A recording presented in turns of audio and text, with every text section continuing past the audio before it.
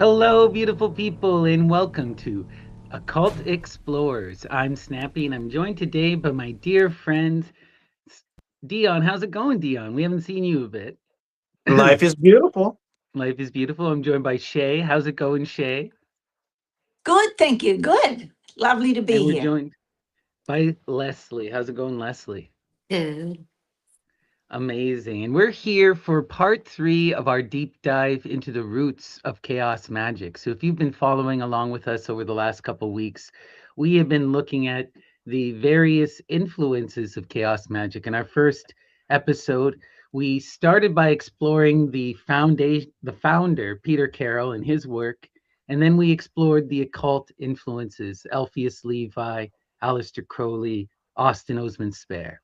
And then in our last episode, we looked at the satirical influences. So we examined the works of Max Stirner, egoist anarchist. We looked at Discordianism, and we looked at the works of Robert Anton Wilson.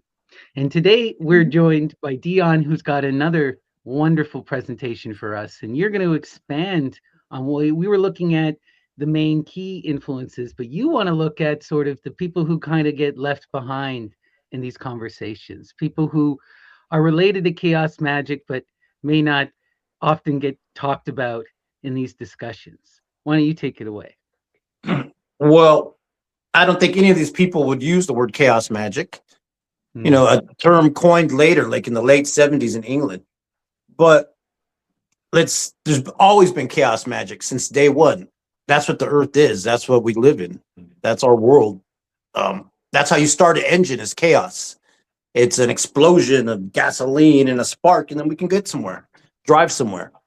So, and another way I look at chaos is these beautiful waterfalls and rivers when we go hiking, and the postcards and the National Geographic are created through chaotic changes, through hurricanes, storms, and floods. That's how you get a beautiful waterfall.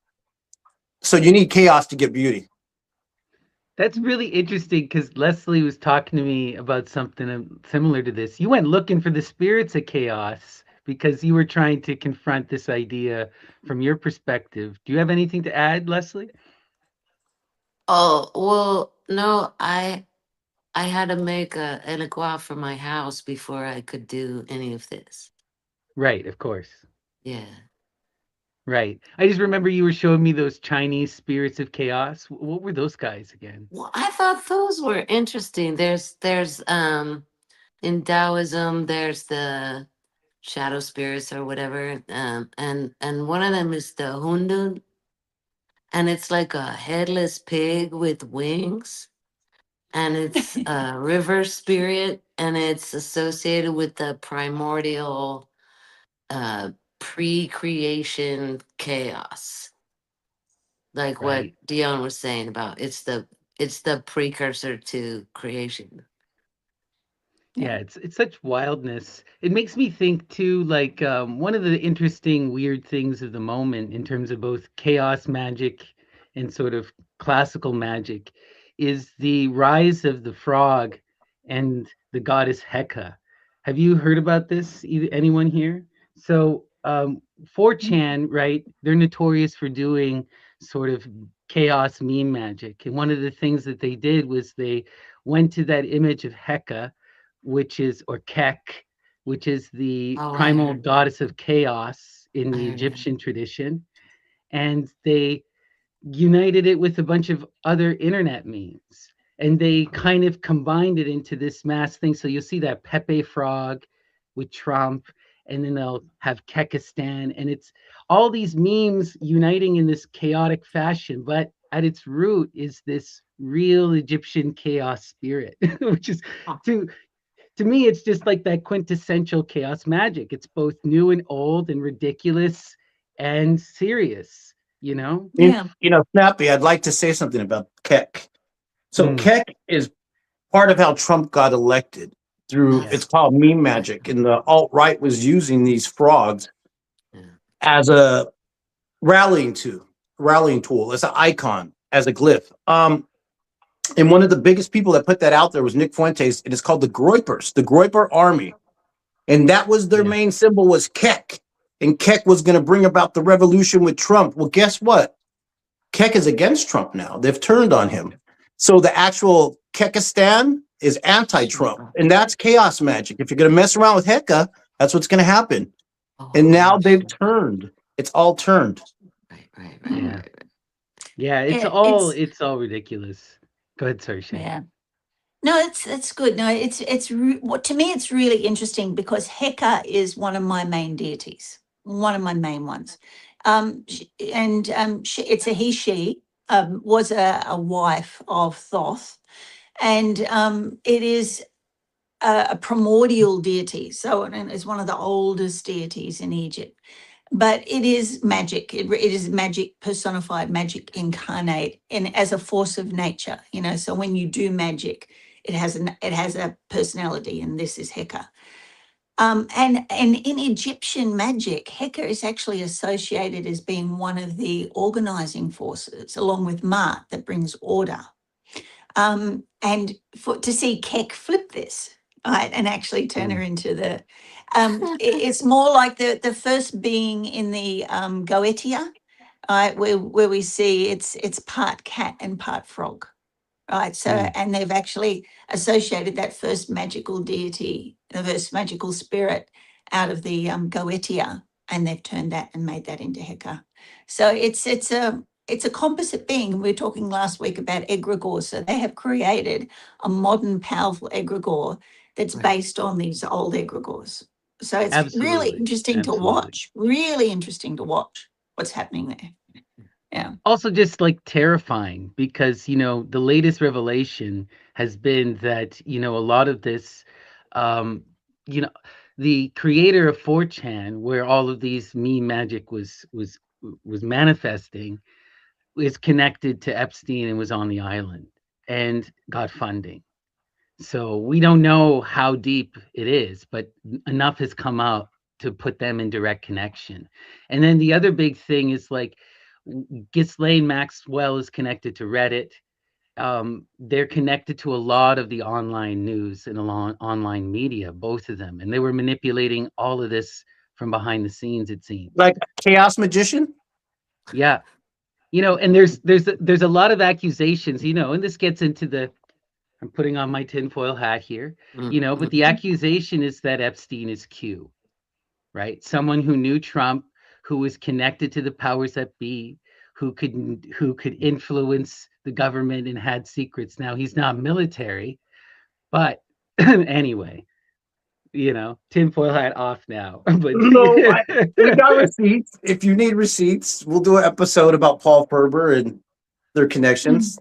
South Africa What and is? the Philippines. Are you talking about QAnon? What do you? Yeah. What is Q? QAnon. So the way Okay. that QAnon started is that there's this character named Q who has both connection to the inner Trump regime, but it's also within the upper echelons of the military. Oh, right. That's And, why it was supposed to be leaked intel. But leaked on a pedophile website. Yeah. Leaked on the meme magic ridiculous website where people are anonymous and they do the most horrible stuff, Right. For me, this has never been like tinfoil hat stuff. I mean, we've got to remember, like when the internet started, there were 4 servers, and the 4 servers were controlled by different arms of the security, the internal security within the United States. And the universities started hijacking them, initially for the universities, so the universities could use the databases of these, Yahoo, Alta Vista. I'm going back in what appears to be a way back machine, but it wasn't that long ago. But these were big computers that were used by for information gathering for security of the United States. And then the universities started sending emails, and emails when they first were quite covert because they didn't want the military to know what they were saying in the emails, right? And then from that, and people think this has gone away. I don't know why they think it's gone away, of course, the internet is all about gathering information. It's all about getting leverage over people that might end up being a threat to the internal government of the United States. And for this to start coming out, it's like, hang on, guys, go back to what it originally was for, and you're surprised by all of this, really? When I put on my tinfoil hat for conspiracy, it's when everything gets tied up neatly in a bow with a single character. Clearly that's nonsense, right? Yeah. Now, it's what you're talking about happening, absolutely, right? All of these companies that are the foundation of Silicon Valley and the internet all have military or CIA funding and backing. It's always been like that. It's always going to be like that. You don't get to be like Google Maps was developed within military tech. All of that's military tech. Oh, listen, It I just was is. just hearing a lady diss the library at Alexandria because she said all the good books had already worn out and they had already been recopying only the ones that were useful for statesmanship in the first place. So I don't know. Maybe Dion can bring us back to all the Well, goodness and the nature aliens. of it all. Are you guys ready to talk about aliens? Yes. Go for it. My mind is open. All right. So let's hit the first pick. Let's go to the first picture and get this party started. So you guys were talking about Austin Osman Spare, automatic writing and painting, a form of chaos magic where you would just express, and that became popular. And he's known for his occultism, mysticism, the chaos magic, but he's also known as a pop artist. And when I say pop artist, that's gonna play into the context of the video later. Like in terms of Andy Warhol, pop art of the 60s, and how that could be a form of chaos magic. And so here's Austin with some kitty cats. He liked cats. Cats are quite chaotic creatures at that. Yeah. Unlike a dog, you can call a dog and it normally would come to you, but a cat can do whatever it wants. It's going to do whatever it wants by its nature. So let's hit the next pick and we'll get the party started. I just wanted to throw that in there because he was talking about Austin last time, and he fits into the story. We love him. Oh, yeah. So here's a symbol of some chaotic energy. This is Mahakali on a tiger, sometimes holding fire. And I just want to put that in your subconscious when you go to the next image, if you could, please. And this is Eartha Kitt. And this is where we're going to start the presentation. But you see the symbology. She's on a tiger holding fire, the dark goddess, Eartha Kitt. Eartha meaning earth, dirt, soil, the mother earth. And how does she fit into chaos magic?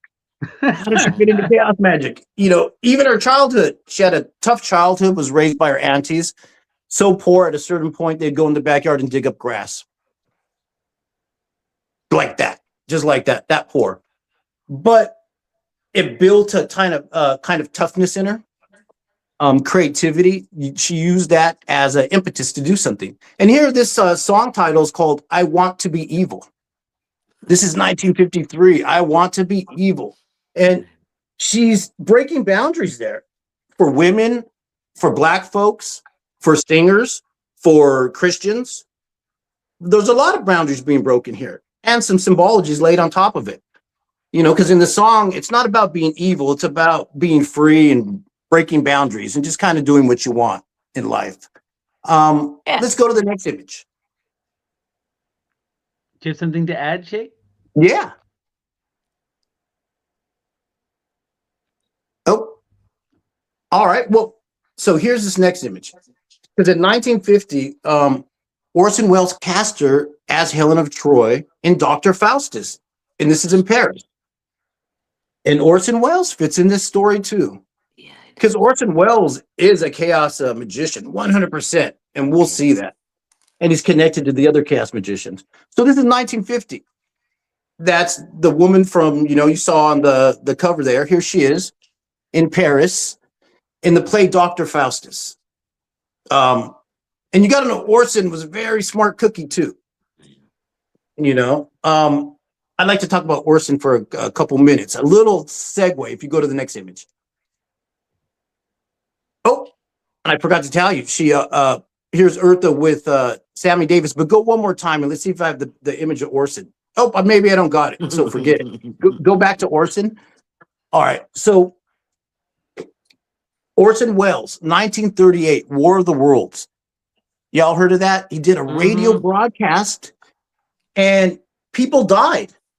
Yeah. People believed it. They took it People died. seriously. He tried Yes. to wanted to create a terrifying satire that people would believe, and he didn't think they would believe it that hard, but they did. You know, Succeeded and then some. that's a chaos working. That's chaos magic. He got on the radio. And what's ironic is about aliens. He was saying we're being invaded by aliens, and people thought it was real. But that's really spirits or demons, no? It's just a different form. It's the modern form of spirits or demons in the 50s are aliens. But it's the other, it's the entity. And people believe that we're being invaded. People died over it. The government saw it. In terms of chaos magic and chaos workings, Orson Welles' 1938 War of the Worlds is up there in the top 5 chaos workings, along with a couple others like, and once again, we said Faustus, because that's what this is. But even Dr. Faustus, the play when it came out, Jacob Goethe, when it came out, it's called Sturm und Drang, Storm and Stress. People would kill themselves after the performances in Germany. Chaos working, 100%. Another one was Stravinsky's Rite of Spring. Right. The Rites of Spring. People would kill themselves after the performance or freak out. There was riots in the streets of Paris. Is that not a chaos working? Yeah. But it was very different to the ballet that they were used to. That's why it was like, what the hell's happened here? You know, they're like, we this was against, society. They actually thought it was anti-art. Yeah. Yeah. And that's wild what to chaos think about. is. 100%. So we'll go to the next image now. I just wanted to throw that in there about Orson and chaos workings. Can I do the Rites of Spring. And again, the chaos working has this kind of what I consider the quintessential chaos kind of element. Oh, I can't hear It's you, both- Snappy. I've lost you. I can hear you. You can hear me? Oh. Yeah, we're here. Okay, you can't hear me, Shay? Don't know what's happened. I've lost Snappy. Oh, that's weird. Everyone else can hear me. I'll go out. Okay. All right. What I was just going to say is that to me that something like the Rites of Spring again, or even Faust is again really chaos magic because it's both ancient and modern at the same time. Like in the Rites of Spring, they're taking the Scythians and they're putting them on the stage and they're sacrificing a princess. It's something that's ancient, but in this context, it's radical and new and transformative. It's raising that spirit of an older time, right? Him doing Faustus here, right? They're going back to that spirit of romanticism, strung and drang, like you said, right? That Goethe embodied, that intense passion where people went mad, right? And that is even hearkening back. Faust is based on those earlier devil tales, right? Like it's all going hearkening back, but they're reimagining these in new contexts too. All of these are also radically new at the same time, which is interesting, Yeah. So let's hit that. So yeah. I keep thinking of that clip that goes around of Eartha Kitt when they ask her about relationships and compromising, and she just throws her head back and cackles. Compromise. Exactly. Right. An artist can't compromise. Yeah. Otherwise, you're an employee. You're not an artist. Yeah. Here's with Sammy Davis looking very dapper in his robe. Mr. Anton LaVey buddy, mafia hangout, associate. So there's a lot with Sammy Davis too, which I'll talk about in later episodes. But I just wanted to show you her connections to different people and how chaos in the 50s and 60s is a little different than we think. Yeah. Go to the next image. Yeah. Do you have So something in to add, Shay? 1967, yeah, you got something to say? Oh, for me. Mhm. Oh, no, I just always feel like I'm doing show and tell on this podcast. Oh, wow. So Eartha Kitt. Wow, you got her signature. Amazing. She reckons now she reckoned when I not just her signature, that's a photo of the two of us together. Awesome. She wanted a photo with me because she reckons I look exactly like her daughter. Wow. Yeah, so if you have a look at her daughter online, apparently her daughter looks very much like me. So we were right in the front row, and she came down. She was like, "Oh, she's only tiny. She's super tiny, and she's got this really big head." And she was like, "Darling, come. We must have a photo together. I have to show my daughter." So yeah. So Oh, yeah. yeah, I got to meet her and speak with her. Quite a remarkable lady. That is awesome. Yeah. She has what I think it was 2 Emmys, 3 Tony nominations. She spoke 4 languages and sang in 11 languages. Yeah. Had French hits. Her first hit was Turkish because they wanted to, because she was exotic. They didn't know what to do with her, so they got her to sing her song in Turkish. Yeah. And that's what I'm saying. A chaos magician works with language, works with boundaries. And that's what Eartha did. Here she is in 1967, another cat motif as Catwoman. And, people remember her as Catwoman that don't even know she was a singer or there's a lot of elements to her. And the reason I wanted to bring her up, another element of her was dealt with her luncheon with the president's wife, Lyndon B. Johnson, and her name is Lady Bird Johnson. And she was invited to have lunch with the president's wife. And the president's wife asked her the first lady asked her how she felt about Vietnam. And she went off on the first lady and made her cry. She got blacklisted after that. And the CIA started messing about with her. Took out a file on her and were messing with her. There's a lot more to the story of her. Even when she wrote her autobiography, which is called Thursday's Child, she talks about that. And David Bowie did a song based on her autobiography, Thursday's Child, if you've heard that title before. And so I got if you could go to the next picture. There she is with Andy Warhol. Because Andy's gonna play into this story as well. Just to let you know that chaos magicians hang out. They're brought together like planets in outer space. It's energies that are brought together, regardless of how different their lives are. And to close up on what happened with Eartha Kitt, she was blacklisted for a while, but about 1978, she came back and she did something called Timbuktu, which you've heard of, and it was on a theater production. I think she got an Emmy for that one. And if anybody's interested, go onto YouTube and type in Timbuktu with Eartha Kitt. And the song she sings in it, one song is about Mahun. It's about Homa or Soma or Kaikion. It's about a formula using cannabis and other herbs. And she gives you the recipe on stage. And she tells you, stir with your wooden spoon, stir it up, stir it up. And you add your cinnamon, you add your nutmegs, you add your cannabis. It's a ancient cannabis recipe. And Eartha Kitt did it on stage, got an Emmy for it. And this is redemption, And there's one more thing she did too that I like. I'll talk about. It's a song called Angelitos Negros, Little Black Angels. It came out. She put it out as a form of protest. She was an activist. A good chaos magician gets involved in politics. That's what their art does. It influences. And I'll read you some lyrics from this song to close up on Eartha. And this is Angelitos Negros. It says, painters painting halos, pictures of only white angels, painter painting hard times and shadows of yesterday. Following all wicked strokes, the painter from ages gone. Painters painting saints in church. How do you know that God is white? I love And it. it's Angelitos Negros, Little Black Angels. That's Eartha Kitt. To me, that's chaos magic. If we're talking about in the 60s and 50s, she embodies all that. She don't need the title. She embodies it. Her life is that. So yeah. And there's one more person I'd like to talk about. if you can go to the next image, and if anybody has anything to say about that before we move on about Eartha, and that's so awesome that you met her, Shay. I had no clue. Yeah, well, yeah, it was amazing. I've always admired her since Batman days, for being the best Catwoman. But yeah, she was. I love that photo that you've got there.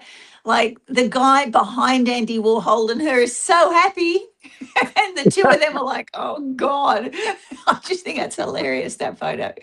Yeah, yeah, And they're but very no, it was, stoic. yeah, yeah. They're like, "Yeah, okay, take the photo, hurry up." He's so happy about it. Yeah, so why do we? It's a shame we don't know who he is. Yeah. Yeah, but no, I was I was blown away because she was very nice, and she was very approachable and took us out to the back room and said, "Let me have a photo with this lady. She looks like my daughter." And I always thought her daughter's name was Kit, like Kit, but apparently it's Sandra. So there we go. That's what she told me anyway. hmm Yeah. Wow. Yeah, so it was 94. I just had to check the date on there. So it was 94. Yeah. She had a full life, Yeah. Unlike the next artist we're going to go to, you go to I did the want to next ask you, are you going to dive into Andy Warhol? Because we should talk a little bit about Andy and Warhol. this is setting up Andy Warhol. Okay. That's what this is all about. As well, because we're talking about muses with Chaos Magick. There's always a muse. You could be the famous artist, but Dolly has a muse. Somebody has a muse. There's something that's inspiring you to bring out that creativity, to draw it out. And so here we're going to talk about another character, and Danielle Luna. Real name was Peggy Ann. Preacher's daughter. She had a tough life too. Abusive family. But she was very tall and beautiful, lanky. And one day she was out and about, and a photographer saw her and says, "I have to photograph you. You're going to be the next thing." And she did it, and it led to a cover of Harper's Bazaar. And this is what, like 63? Or no, 65. Let's say 60. It happened in 65. She makes the cover of Harper's. And it's not even her own photograph. It's an illustrated version of her. The pictures of her are illustrated because that's the first time you have a Black woman on the cover. And there's some blowback from that. They get a call from Randolph Hearst, the Hearst Empire, Hearst Castle, Newspaper all that. Empire. Yeah. Yeah. He said, "Nuh-uh, we can't have Black women on the cover," and blacklists her and tells the artist, like, "I will get rid of you unless you drop her." So, and it's at that point, she's in New York, and she's now been told that you're done because you're a Black woman on the cover.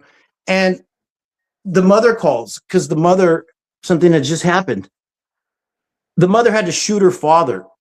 The father came home drunk and abusive, the preacher, and she had to shoot him in self-defense. So Danielle's in New York and had just made the cover of Harper's, and finds out that she's now blacklisted because she's a Black woman, and her mother just killed her father. She didn't go home. She didn't go to the funeral. She went deeper into a scene. We talk about Andy Warhol Factory. That's the New York scene. And she ends up in 3 Andy Warhol films. Go to the next image. Oh, there she is with Salvador Dali. She ends up in a Salvador Dali film. Now, what's special about the Salvador Dali film? She emerges out of an egg, and who is it narrated by? Orson Welles. Oh, we have all of our familiar characters again. Orson, Dali, Andy Warhol, with the muses, the Black women that are breaking boundaries in the 50s and 60s. Well, she was even in Fellini's Satyricon. So she goes to Europe because she's blacklisted here. Go back to that image before, and that's when she makes the cover of Vogue 1966 because she's in England, in Europe. And they say, "Well, we'll put you on the cover." That created more problems. Time magazine put out an article about her calling it the Luna year, 1966, first Black woman on the cover of Vogue. At that, some of the fashion houses got together and blacklisted her again. They said, "We can't have this. We want a white woman to be the lead model." and she's blacklisted one more time. And what's wild about her is she has a connection to language as well. She made up her own language. And when people would talk to her, they go, "Where are you from?" And she would speak in a weird accent, and she would say, "I'm from the moon." And that's where we get the Dianic element. That's why she called herself Luna. And she would tell people, "I'm from the moon," in a weird accent. And she made up her own language, and she had to go into her own space to cope. She was being blacklisted by other people are telling her, "You're the next thing, you're the greatest thing." The highest paid model at that time, 1966, with the white press called her King Kong and saying that we can't have this. And they turned on her. At that time, she's hanging out with Andy Warhol and the whole crowd, and she got into heroin pretty big. It's heroin. And she made it another 10 years before she died and OD'd at the age of 33. Now, what's wild about this, her relationship with the civil rights movement was tense because they wanted her to be an icon for it at the time and lead it. And she was like, nah, she was against it because she's being blacklisted as a black woman. So she would wear blue contacts and try to come up with this whole other identity to survive. Until finally, she had a baby, and that's 1977. And she named her daughter Dream after Martin Luther King.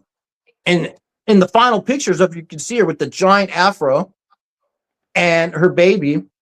And, you know, what's one of the ironic things in 1967, the first black mannequins that you had at retail stores were based off of her image, even though she was blacklisted from being on magazines. But her image was in the stores as the first black mannequin. So it's the whole word blacklisted is just so ironic, isn't it? You know, yeah, chaos blackballed. magic should take that blacklist and make it the glamorous list that everybody wants to be on. You know, it's just like that's how chaos magic works. They turn things around. You know, blacklist. Well, if you want to be on the blacklist, you have to be cool. You know, that's generally how they do it. But putting a black woman on a blacklist, you know, yeah, ironic. just saying. So, and the way she died, her final night is not very good. She had married an Italian man, and had a baby, and they went to see the parents in Italy. And the night she died, the parents said, "You're not bringing that black woman to the house." So he took the father, took the baby over to sleep with the parents, and she OD'd on heroin at the age of 33. The first black woman on the cover that changed things. And yet there's so much more to this story. That's right. Go to the next image. Another image. Oh, there was that Orson Welles image I was going to show you a while back. It got mixed up. That's Orson as Count Cagliostro, Father Sermon, Egyptian Freemason. Love it. I mean, it's a play on what Orson was up to. Because Orson, like I said, narrated the film with Salvador Dali and Danielle Luna. So she was the muse to the three of the biggest chaos magicians of the time. Go to the next image. There she is. Those poses, Vogue, do the Vogue. She invented that. Because her body type, she invented these lanky poses as a form of nonverbal communication, you could say. This is a language. And she invented other languages as well. But go to the next image. All right.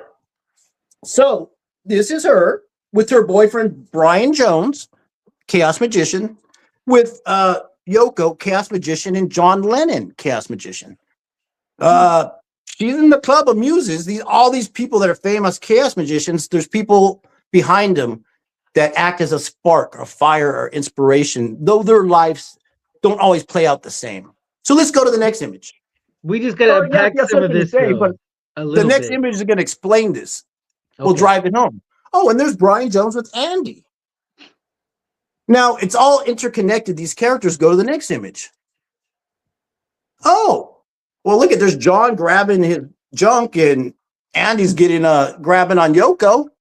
And everyone's all interconnected. These chaos magicians I'm talking about: Orson, Dolly, Andy, Brian, Yoko, John, and the muses. Go to the next image. Yeah. Oh, and there's Andy and Dolly. Like, everyone's just connected together. And so you want to talk about chaos magicians, there's two right there. And their muses were Eartha Kitt, Danielle Luna, amongst others.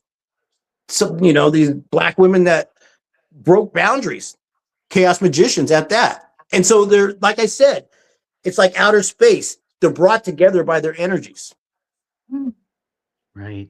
There's a lot with that because, Andy Warhol's whole thing, right? He creates that factory in New York and he's basically a voyeur, and he's a voyeur of authenticity and radical uniqueness. So he wants to be a voyeur of the street people, the trans people, the queer people, the radical unique people. But he's ultimately an exploiter, right? His whole thing is commercialization of art Pop and the art. selling of all That's these images, Osmond Spare, the pop art. right? That's But and this is ultimately though what winds up exploiting these queer peoples also in these mentally ill people and these street peoples, what also gets him killed. He gets Yeah, yeah. killed by Valerie Solanas, who was the woman who wrote the Scum Manifesto.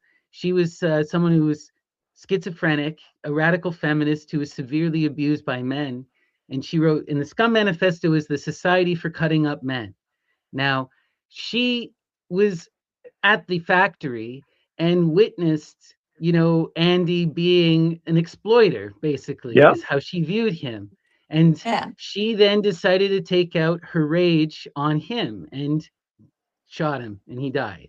But that's an art piece. That's how he should have gone out. If he wants to Yeah. be this authentic artist, that's how authentic can you get. Yeah. But I do remember the most disturbing piece I saw, by Andy Warhol, and have since remained very anti these black and white, pieces, was he got a woman on camera shooting up on heroin, right? And his discussion of it afterwards was, I wanted to show the glamour of it. And, it's just like this woman is, you know, desperate for her 5 minutes of fame, to the point where she's going to show herself in her worst state on camera, shooting up on heroin. So yeah, he was very, very exploitative. Not worried whether or not, people said to him, "What if she died?" And he went, "Well, that's part of, I would have shown it." So he's very exploitative. It was, what he did at that factory was not good. It wasn't And good. he He, didn't take all the drugs that people took, the heroines and the LSDs. He took methadone, which is like an Adderall thing. mm, He was just, his mind was wired differently. yeah, yeah. But it was He didn't exploitative. die It was right very, away, but he died a few years later of complications from his gallbladder related to all of this, you know. yeah. But yeah, the whole thing with Andy Warhol and with Salvador Dali that also needs to be talked about. Both of these characters become millionaires and become Mm, centers of celebrity. They're both fetishized celebrity culture. Dali especially so. Also, we can't forget that Dali was intimately connected to the fascists in Spain and was mhm. always a far right radical. Even though he connected with a lot of these leftist radicals like John Lennon and Yoko Ono, you know. Um, but Do you those remember we stories, did the you remember we did the episode about the Surrealist ball, the Rothschild ball that he did, and all the yeah, famous Illuminatis was there, and he had people pacing them through all these mythopoetic rituals, and yeah, it gets so wild with Dali, right? Because he's at the heart of a lot of that wild stuff that was happening in the World War II and after, and he makes so much money. And this is the other thing with Andy Warhol. They commercialize their art, right? And he fetishizes Andy Warhol, the commercialization of it. He in many ways is responsible for so much of what becomes celebrity culture, and it's like it's coming from this weird voyeuristic place of exploitation and money magic. And that's the kind of chaos magic that I see these two particularly doing, right? And we need to juxtaposition this though with Yoko Ono. I did a whole deep dive on Yoko Ono because she's one of my favorite artists of all time, and she's a radical chaos magician for sure, but she's doing her own thing. She comes out of earlier surrealism. just like Dolly. And she comes out of, you know, she released a bunch of these radical magical pieces where it's, she would do things like, her kind of magic would be like, go and draw a map, like draw yourself a treasure map and then just randomly, and then go explore it. And she has all these little games and stuff that you would do. And this was her early magic before she met John. Um, but she also wrote Imagine, and she's the real radical in terms of a lot of that piece, and a lot of the woman magic that John was all about as well. He tried to, famously, he called women the N-word of the world and caused all kinds of controversy. A lot of this was him just reiterating Yoko, to the point where, like, in modern versions of Imagine, she gets the lyrical credit for it because it comes out of her journals. I actually got to witness, though, one of the coolest art pieces ever from Yoko Ono. And I got to so I went to Iceland, and she set up the John Lennon Peace Tower in Iceland. And people would send their prayers, and then they're projected in this light to Venus. And so she is quite, like, she's actually transmitting people's prayers to the Mother Goddess and asking for world peace. We can be critical of these people for sure, but I do believe that John and Yoko have, that hippie magical intention. Hey, but Uh, check it out though. right. They went through a period where they were doing the tar and the heroin and all dark in the house by themselves, just saying, because they hung out with these homies and got a taste of that stuff. John is also the most famous person at the planet at the time, and he makes $1 billion off the Beatles. So he's roped up in a lot of that capital magic as well. A lot of these characters got two sides to them. Multiple sides. He was abusive to his wife. He was abusive to his first kid, apparently. All of this is complicated. Exactly. And that brings, and I wanted to put that out there with artists and transformational people and these icons of history, that they are two-sided. They're human beings, and they may have done both things that we read about them. Like, they might have created something special, and they might have been assholes. And it might be both. It's up to us to be able to parse that. Yeah. But, you're certainly picking up on the big chaos magicians precursors. Yeah. Wow. Yeah. Orson Welles, Salvador Dali, and the women that are their muses, just, really, really beautiful. Really, really beautiful. It makes me, Eartha and Danielle they had these people, surrealist masters, saw in them something natural. Absolutely. Is that the end of your presentation? Yeah, that's the end of your presentation. Oh. Would you count Robert Johnson as a chaos magician? 100%. Oh, there's more coming. Sun Ra. I mean, we're going to talk about. I didn't want to fit it all, and there's so many people that they're going to have their own episode. When I look at a character like Robert Johnson, I don't necessarily consider a chaos magician, because he's coming out of an established folk tradition of hoodoo, and he embraces that hoodoo tradition, and a lot of that is relating to mythology and to deeper magic. He's going to the crossroads, and he's meeting Apollo, and he's beating Apollo in order to gain the skill to play the guitar. Like, this is as old as dirt, this story, right? This comes to us from the ancient Greek magical tradition. And that's what you got to do. You got to defeat Apollo in order to get the skill. Well, if you can't defeat Apollo, it comes from an African tradition. That the Greeks is this later. It comes from an earlier African. Well, there's all these iterations of it. Yeah, it's a universal thing, right? It's a everything's African. But yeah, it's a universal. That's what I was going to tell you. It's really hoodoo was part of it, because there was a whole thing. I was going to talk about the hoodoo queens of New Orleans, because there were certain women that came up in the 1800s up to now that are iconic in legends in New Orleans. It was hoodoo. Madame Laveau. Yep. Because when I was looking for chaos women of dark skin, that's what came up. And I was like, well, that's going to have to be a whole no other episode.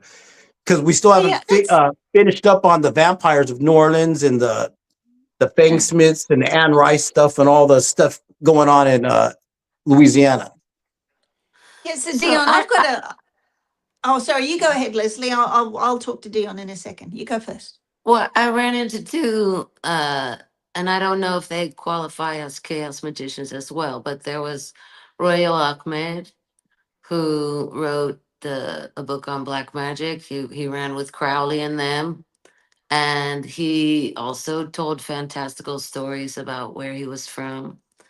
And his grandson says he was a Bon Tibetan Buddhist, and that's the left hand path of it's a more ancient, before Buddhism, Tibetan religion, and they have chaos spirits as well. Oh yeah, Bon Po.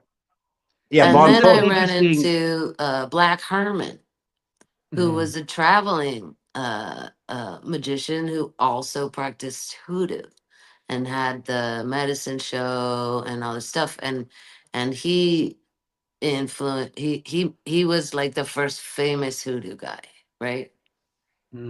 I also, And this also brings up a lot of the, once we start to get into this question of these types of characters, then we also have to ask the question of, the noble Drew Ali, who founded the temple, the Moorish Temple of Science, Inc.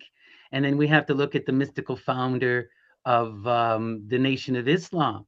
But, when you get into these characters, a lot of, there's all these accusations of fraud, all this accusation. But again, all these, they're all magicians in my mind. Could it be But both? these people would not appreciate, my point is they would not appreciate, like, my reluctance here is because that this is someone else's tradition and they would really reject that label of chaos magic. But if I'm looking at it as an outsider, there's all of the elements are there too. It's the same thing with like the guy who gave Crowley his sex magic. I'm trying to remember. He was another black hoodoo practitioner, but he's starting his own thing Randolph, as P.B. well. Randolph, he Thank was Black Asian, and he was, we don't use the word mulatto anymore, Right. but he was drawing from all three traditions, and yeah, he's Right. generally known as the guy who invented sex magic. He was hung out with Abraham Lincoln. He could pass on a train if he wanted to, so he would take a train with Abraham Lincoln and advise him on things. And he was a very, very big deal. But he was a Rosicrucian, so I don't think he Yeah, counts this is as the thing. chaos It's like at all.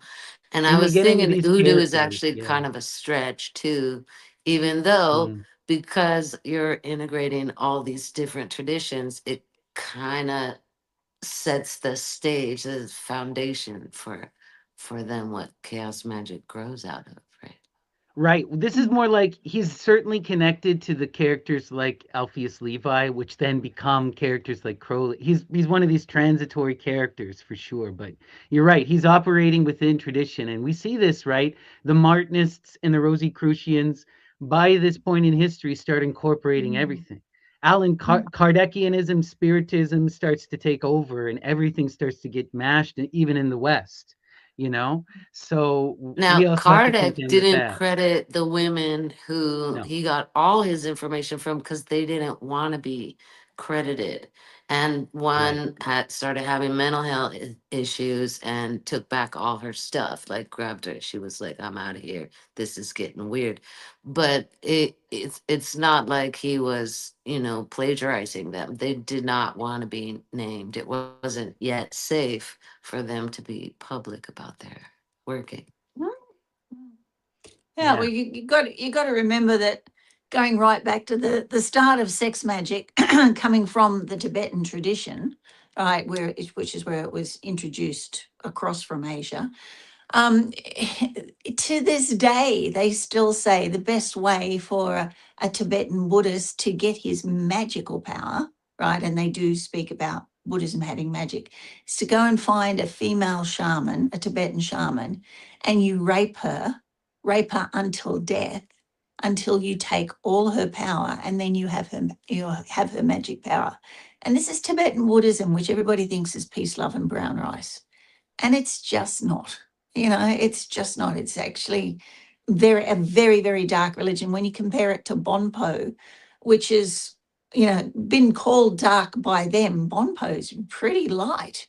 You know, but the Tibetan, like I've got a Tibetan thigh bone trumpet over there. They've banned bringing them into Australia now because they're mostly made from the thigh bones of 15-year-old girls, right? And that's the horn you see them blowing in their ceremonies. If they run out of them, they've got to go and get them from, they're going to go get some more, but they don't say where they get them from. But it's not, they didn't die naturally at 15 years of age. You know, it's not like they went up to the chod grounds and just picked out the 15-year-old girls up there. You know, Tibetan Buddhism is dark. And I have written a book on it. Yeah, it was one of my earliest books. It was picked up by Nexus magazine. Yeah, it's horrid. You know, so when we actually see the event of sex magic coming to the West, it's actually given far more ethics than what it was by the Buddhists and the Asians over there. Right? It goes back to more the Indian tradition when it meets our Western tradition, rather than coming through that horrid Tibetan Well, it seems like Mahayana most tradition. modern sex magic seems to be pretty much more from um, Randolph than Yeah. from anything actually ancient, especially not Indian. You know, because a lot of the sex magic stuff within India is truly occulted. It's truly occulted, and no one's knowing it. So we don't know. We just don't know authentically a lot of what the Tantrikas are doing, except through mythic allegory and what they tell us. We do know that the vast majority of these were men who are working with the Hijra or with young people. And there's a lot of weird, you know, Mm, when we're dealing with these kind of left-handed traditions, these left-handed taboo breaking magical traditions, you have the breaking of taboo. And that mm. means the worst kind of things that you can imagine. Yeah, And there whatever are, your society views as the worst thing is going to be yeah. broken in some And of these I traditions. wonder too if that is particular to a certain period in history, because clearly the female shamans far predate and were very successful for much longer. What you're Mm, describing is already like when the Greeks start, eliminating the mm, Amazons. So then the Amazon tradition that the Greeks write down is partly their propaganda and partly how the Amazons had to get in that mm. period. Like what you're describing is definitely one religion conquering another, and seems like maybe that wasn't Yeah. actually going on the whole time. You know what I mean? Oh, No, what we see, there's still Tibetan shaman, female shaman now. I've actually got Yeah. a Oh friend from yeah. Newcastle University who's done several documentaries on them, but they're still there to this day. It's still a tradition over there. And It is there's a one video of the Dalai Lama spotting one in a large group of people and drawing her in and honoring her and taking her into mm, the Bon temple that he has beneath the Buddha and his mm, mm, temple. I'm personally really influenced by a lot of, religious studies and philosophy, mm, specifically the works of George Bataille. And one of the things that mm, George Bataille tried to do was understand the satanic practices that happened in Europe and the extreme taboo breaking. And he was looking at Gilles de Rais, and he was looking at a lot of that sort of stuff. And he has this idea of the accursed share and what happens when you create these extreme laws, and then you create this extreme trauma due to the violence of enforcing these laws, and then the mm, reaction that comes. It's basically like when you have this extreme law, you now manifest the extreme taboo. So mhm, in his writings, he basically says that the Christian fear of Satan manifested Satan. The black mask winds up becoming a reality as a result of just people wanting that fear and then people exploiting that fear, you know? okay, all right. So I have to. I will send you some links to some texts. There are actually some very good traditional Hindu texts and Bonpo texts down there on sex magic. And yeah, these are written texts by original practitioners translated from the original languages, Yeah. not Okay. just Western theories on them. We get the idea of the left-hand path from Tantra because there was a right hand and a left-hand path, right? And Yeah, there but are people that I'm not just talking about that. I'm talking about the breaking. This is a human thing that we see cross-culturally. This is this accursed share idea, and this is yeah, something that comes out of, sociology of human experience, and that yeah, people, when you we yeah, all there are, people will always break these taboos, and there is this ecstasy that is found in the destruction of the self, the destruction and the breaking of the law. There is yeah, that relishing, and so you're going to create this reaction. That's all I'm yeah, yeah. saying, right? Yeah, the Tibetan Chod tradition, where they live on the graves, is all based on that. But that's Yeah. one. But we're only looking at one aspect of it. Like the other aspect, the right-handed path, which they do write about quite openly, is about like there is the weaving of the opposites. So they don't Mm. actually see anything as being wholly bad or wholly good, but it is about weaving. You've got to remember, Tantra means to weave. But in the right-hand path, it's not just vegetarian; it's vegan. You drink water, not milk. There is no meat consumed. The women are very dominant in all of the tantric practices, except for some extremes on the left-hand side. So yes, these things you are talking about are there, but even by tantric practitioners, No, well, they're yeah, of considered the course. extremists over there. This is They're the this right is over there. yeah, Yeah.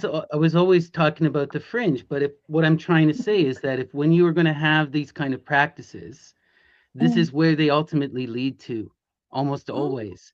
But this is also just kind of human nature. This is kind of mm, very human nature.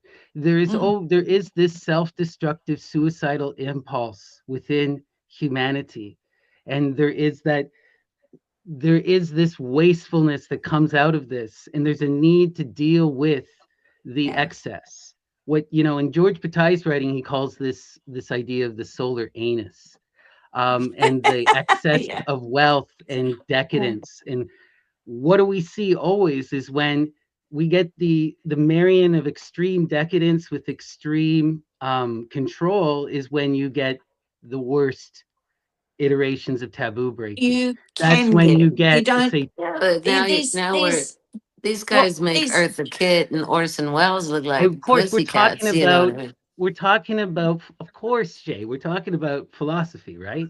You yeah, know, but it's but not a anyway, blanket. It doesn't always happen. I mean, I'm hearing a lot of maxims there. It doesn't always happen. it's I'm There just are, I'm just it's, talking philosophy. I'm just talking yeah, philosophy. But these yeah, things do happen, and they've I happened know, but across history, and they will, people And yeah, break where does taboos. charisma fit into all this? Because, yeah, for example, Orson Welles was my first celebrity crush. We didn't have a Right, TV. I walked by a TV in a friend's house, and I'm not talking young hot Orson Welles. I'm talking old fat Orson Welles doing a wine ad, right? And right, I'm a kid, and I'm walking by, and I said, "Who the hell is that?" right. And I'll then tell you something I unique about couldn't figure Orson. it out. I went home and asked my mom, "Who the hell is that?" She said, "Who the hell is that?" That's Orson fucking Welles. Yeah, how did you figure that Well, out from the ad on TV? well, he was a magician. Besides being an actor and producer and all the other things, He he had would to perform be. at the Magic Castle. yeah. He could do tricks. He really was doing trickeration. He was a Mm, trickster. yeah. That's Hey, beautiful. Dion's come back. Can I ask Dion my questions now? Yeah, Oh, man. So question. yeah, so Dion, I got a list of female chaos magician writers, right? And I thought that would be interesting for this discussion. I wonder if you know if any of them are black. So if I read out a couple, you could tell me if you know, I right? probably So won't there's, know. well, they got some like Jack D. Hawkins, and that's a female. I mean, that's a pretty sort of black sounding name, and she's written some of their seminal texts on it, up to 1985. She wrote the Chaonomicon and the Cardinal Rites of Chaos. She was, and there was Ivy Corvus, the occultist, but she's much later, but she edited stuff for Peter Carroll. Astrid Rowland, Nicole Lau. So that sounds, Lau is a, islander name in Australia. Yeah. Marion Pizon. I thought you'd like that one, Snappy. Yeah, I just Mariana I Pizon. googled Jack D. Hawkins, and I've seen her Yeah. come up several times. She's a white lady. I believe she's from Oh, the is she? UK. Yeah, Okay. yeah. Yeah, Deborah Lipp, Risa Dickens, Josephine McCarthy, and then there's a whole lot that have written chaos magic into fiction, like from the early 1960s as well. So there is a lot of female writers actually compared to the male writers that are famous for it. So there's a huge female influence in it. They just haven't got the attention, that the initial two chaos writers have got, and Robert Anton Wilson and things like that. But we also got to remember Peter Carroll's wife and Peter Carroll, they're very active on YouTube and the internet. And his wife does a lot of stuff, a lot of the writing and the commentaries as well. So, the Well, females actually. yeah, like there's a lot of really powerful. What's happened with the chaos kind of scene is that you get a lot of it is done within community, and a lot of it is Mhm, is not seen by the public. So like Peter Carroll has his community, the initiates of Thanateros, and a lot of those mhm, people, all of it remains anonymous, or they're mhm, using nom de plumes, you know mhm. and so and the women are always behind the scenes, behind everything. Yeah. But yeah, yeah. But we have, like, I just show you, like, this is a huge list of authors and, yeah, and their accomplishments from female chaos magicians. So there's a very long list there. When if you go into the male chaos magicians, we're limited to a few that are well known. Yeah, but these women have got their names and stuff, and they're certainly out there. They're certainly out there, and they've written seminal works on it, which is good. Yeah. Yeah. Awesome. Yeah, for sure. Mm. So I wanted to today I was gonna continue on the presentation, and we're gonna do a deep dive into just one specific figure this time. We're gonna look at the work of Genesis P-Orridge. Genesis P-Orridge. So Genesis, are any of you guys familiar with Genesis? They're one of the more famous of the modern occultists. I Oh, was psychic youth as a kid, maybe, kind of, sort of. mhm. Yeah. You Yeah, the wow, you Temple of remember? Psychic. Yeah, Topi. Yeah. Right. Yeah, they did some Yeah, very yeah. interesting stuff. They came up with really good experiments to try and increase your psychic abilities and stuff like that. So, really interesting stuff. Like, one of my favorites was you do your sigil, cut it out, and then you sticky tape it to the white noise on the TV and meditate on it. Things like that. Yeah. I remember Right, that. right. So they're one of the more influential modern occultists, and they're considered one of the real innovators of chaos magic. So while that term itself originates with Peter Carroll, they're operating simultaneously, and they're coming up with very similar ideas. You know, but Genesis is kind of a wild radical figure, in many many ways, both good and bad, and we're going to kind of get into it. So this is them when they first start into art school. So Genesis was born in 1950 in Manchester, and they were a very sickly child, and because they were so sick all the time, they spent a lot of time at home doing art, and they developed a real empowered inner world, and they attributed this to a lot of their later magic. They wind up going to art school at a very very young age. So around the age around 1964, it's called the Sully Hall School, and it was there at the Sully Hall School that they were introduced to the works of Aleister Crowley. They read Diary of a Drug Fiend, and they read, sorry, Moonchild and Confessions. And the real big thing that they took from Crowley is they thought Crowley was kind of a mixed bag. They thought he was a huge womanizing dick, but they really liked the radical freedom. They really liked the radical freedom, and they started to adopt a lot of Crowley's magical practice at this time. But they didn't really do well in school. They were ridiculously bullied. They got beaten up all the time, and they they wound up, as soon as they had an opportunity, rebelling, so and leaving. So this is a really interesting thing. So showing you how early they got their start. By 1968, he has dropped out of school, has gone to study English literature at the University of Hull, doesn't even last the first semester, changes their name to Genesis P-Orridge at this time as a form of self-declaration, and they drop out and they join this radical commune called the Exploding Galaxies. And this is an image of people from Exploding Galaxies. And so this was a radical hippie commune in 1969 where people would go into radical forms of role play and self-definition. And the whole idea was every day you would be a new person, and every day you would dress up in a new costume. And so they were doing all this radical form of self-expression. And so at this time, it's when they reinvented themselves and they took on the name Genesis. Um, but this particular commune doesn't last very long. There's a lot of interpersonal drama, and Genesis winds up leaving, and they wind up meeting at this time. They wind up being able to get in contact with their first major magical teacher. Where is that? Which is William S. Burroughs. So they're a really prolific writer at this time, Genesis, and they actually also get in touch with Brian Jones. And Brian Jones wrote them just before they died. And Genesis calls Brian Jones their muse. So it's kind of interesting is Dion, you're talking about how Brian Jones is this magical artist, but they were also a muse.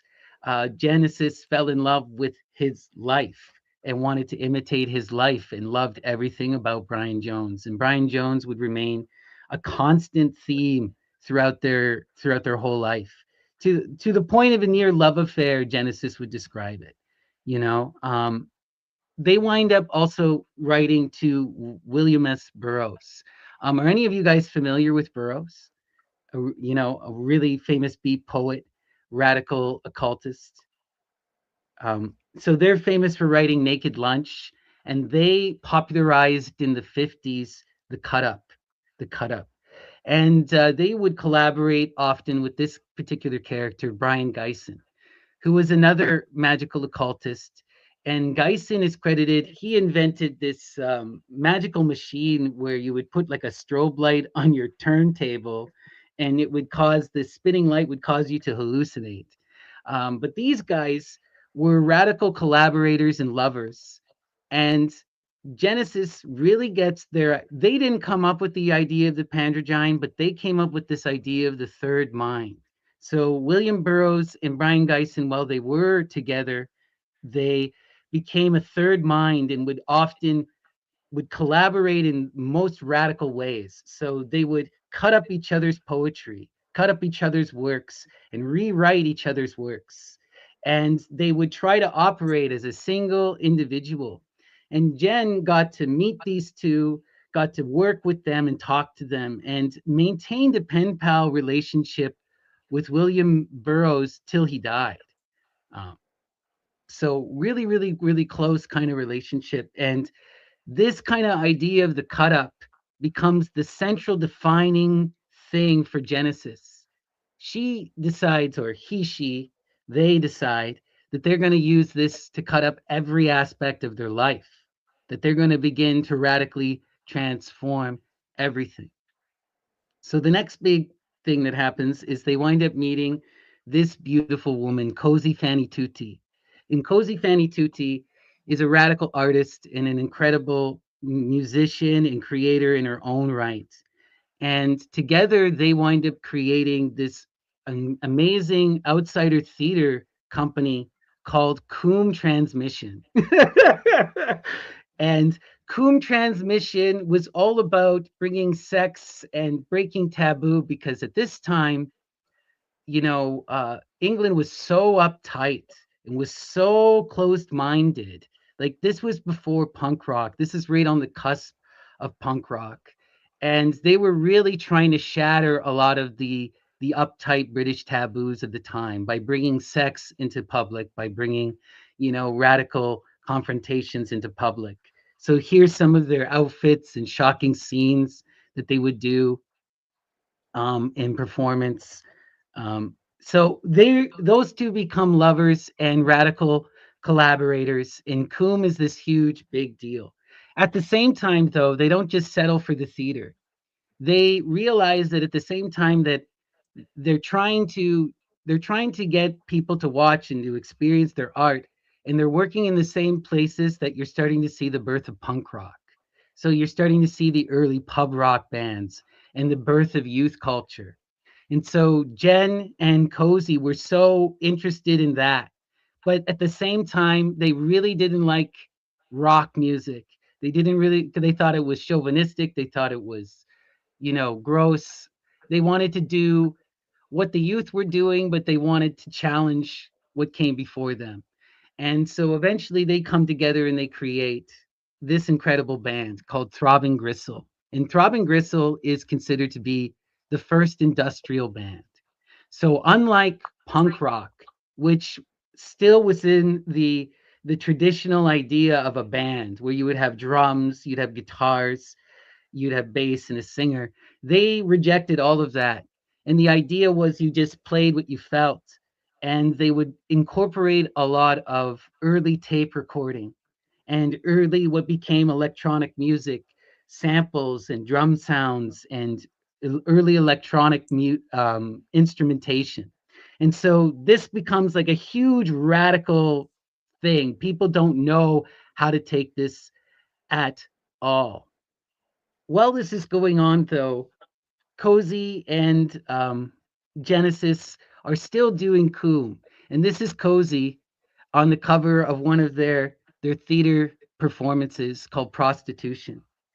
And this particular one causes a massive problem. So this particular one, it it featured pornographic images, used tampons, prostitute flyers and stuff, and they wind up getting written up by these mother groups and by these radical conservative groups, and they famously call them the wreckers of civilization. The wreckers of civilization. And this is something that Jen and Cozy would like wear as a badge for the rest of their life. And they were in the same time, they're called wreckers of civilization. So are the Sex Pistols. So Coombe is blowing up right at the same time that the Sex Pistols are blowing up. So they're right at the same spark of punk rock, right? 1976, So what ends up happening with these two, though, is at this time, they both get into Austin Osman Spar, Cozy and Fanny Tutti. And they really start bringing in the radical magic. And at this time, Cozy has a lot so we have to talk about the elephant in the room here. So Genesis is clearly this incredible magical person who inspires people. But she's also someone who preys on teenagers. She's someone who preys on a lot of women, and she does a lot of wild ego stuff. She almost kills Cozy Fanny Tutti at this time with a brick, throwing a brick out a window. She rapes Cozy Fanny Tutti, forces her to have unprotected sex. A lot of wild stuff that Cozy brings up. And it's a really intense radical time, and Jen gets into the heights of all this magic and transformation, and eventually Cozy and Jen part ways, and this is when Jen winds up starting their next major project, which is Psychic TV. So the whole idea behind Psychic TV is to bring in like acid house and techno into their more radical industrial stuff that they were doing earlier, and to incorporate a lot of magic ritual and magic songs. So by the time you get to Psychic TV, everything now is a magical rite. Everything is chaos magic. And Jen has gone full into it in the most radical ways imaginable. Um, and they out of this comes their fan club. So it originally starts as a fan club. The Temple of Psychic Youth was you could sign up and join the fan club.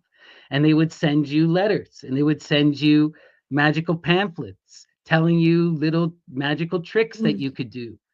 And then all of a sudden, though, it started to evolve. It became community organizations that started to set up little, youth got together and set up their own chapters all around the world. And they started forming punk houses, and they started having radical communes. And within a couple years, it went from being something small to something worldwide and radical. People would send them letters of their highest desires in order to do these magical rites and stuff. So I wanted to. So one character we have to talk about at this time is Paula P-Orridge, which is Genesis's first wife, and Genesis meets her at 16, gets her to join their band, winds up marrying them.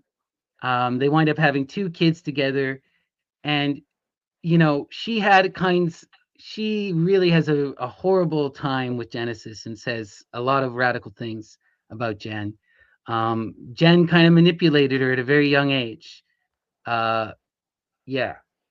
But she was also deeply involved in a lot of this stuff with Jen too. She participated in everything as a largely willing person too. It's complicated from her standpoint. She doesn't go by Paula anymore.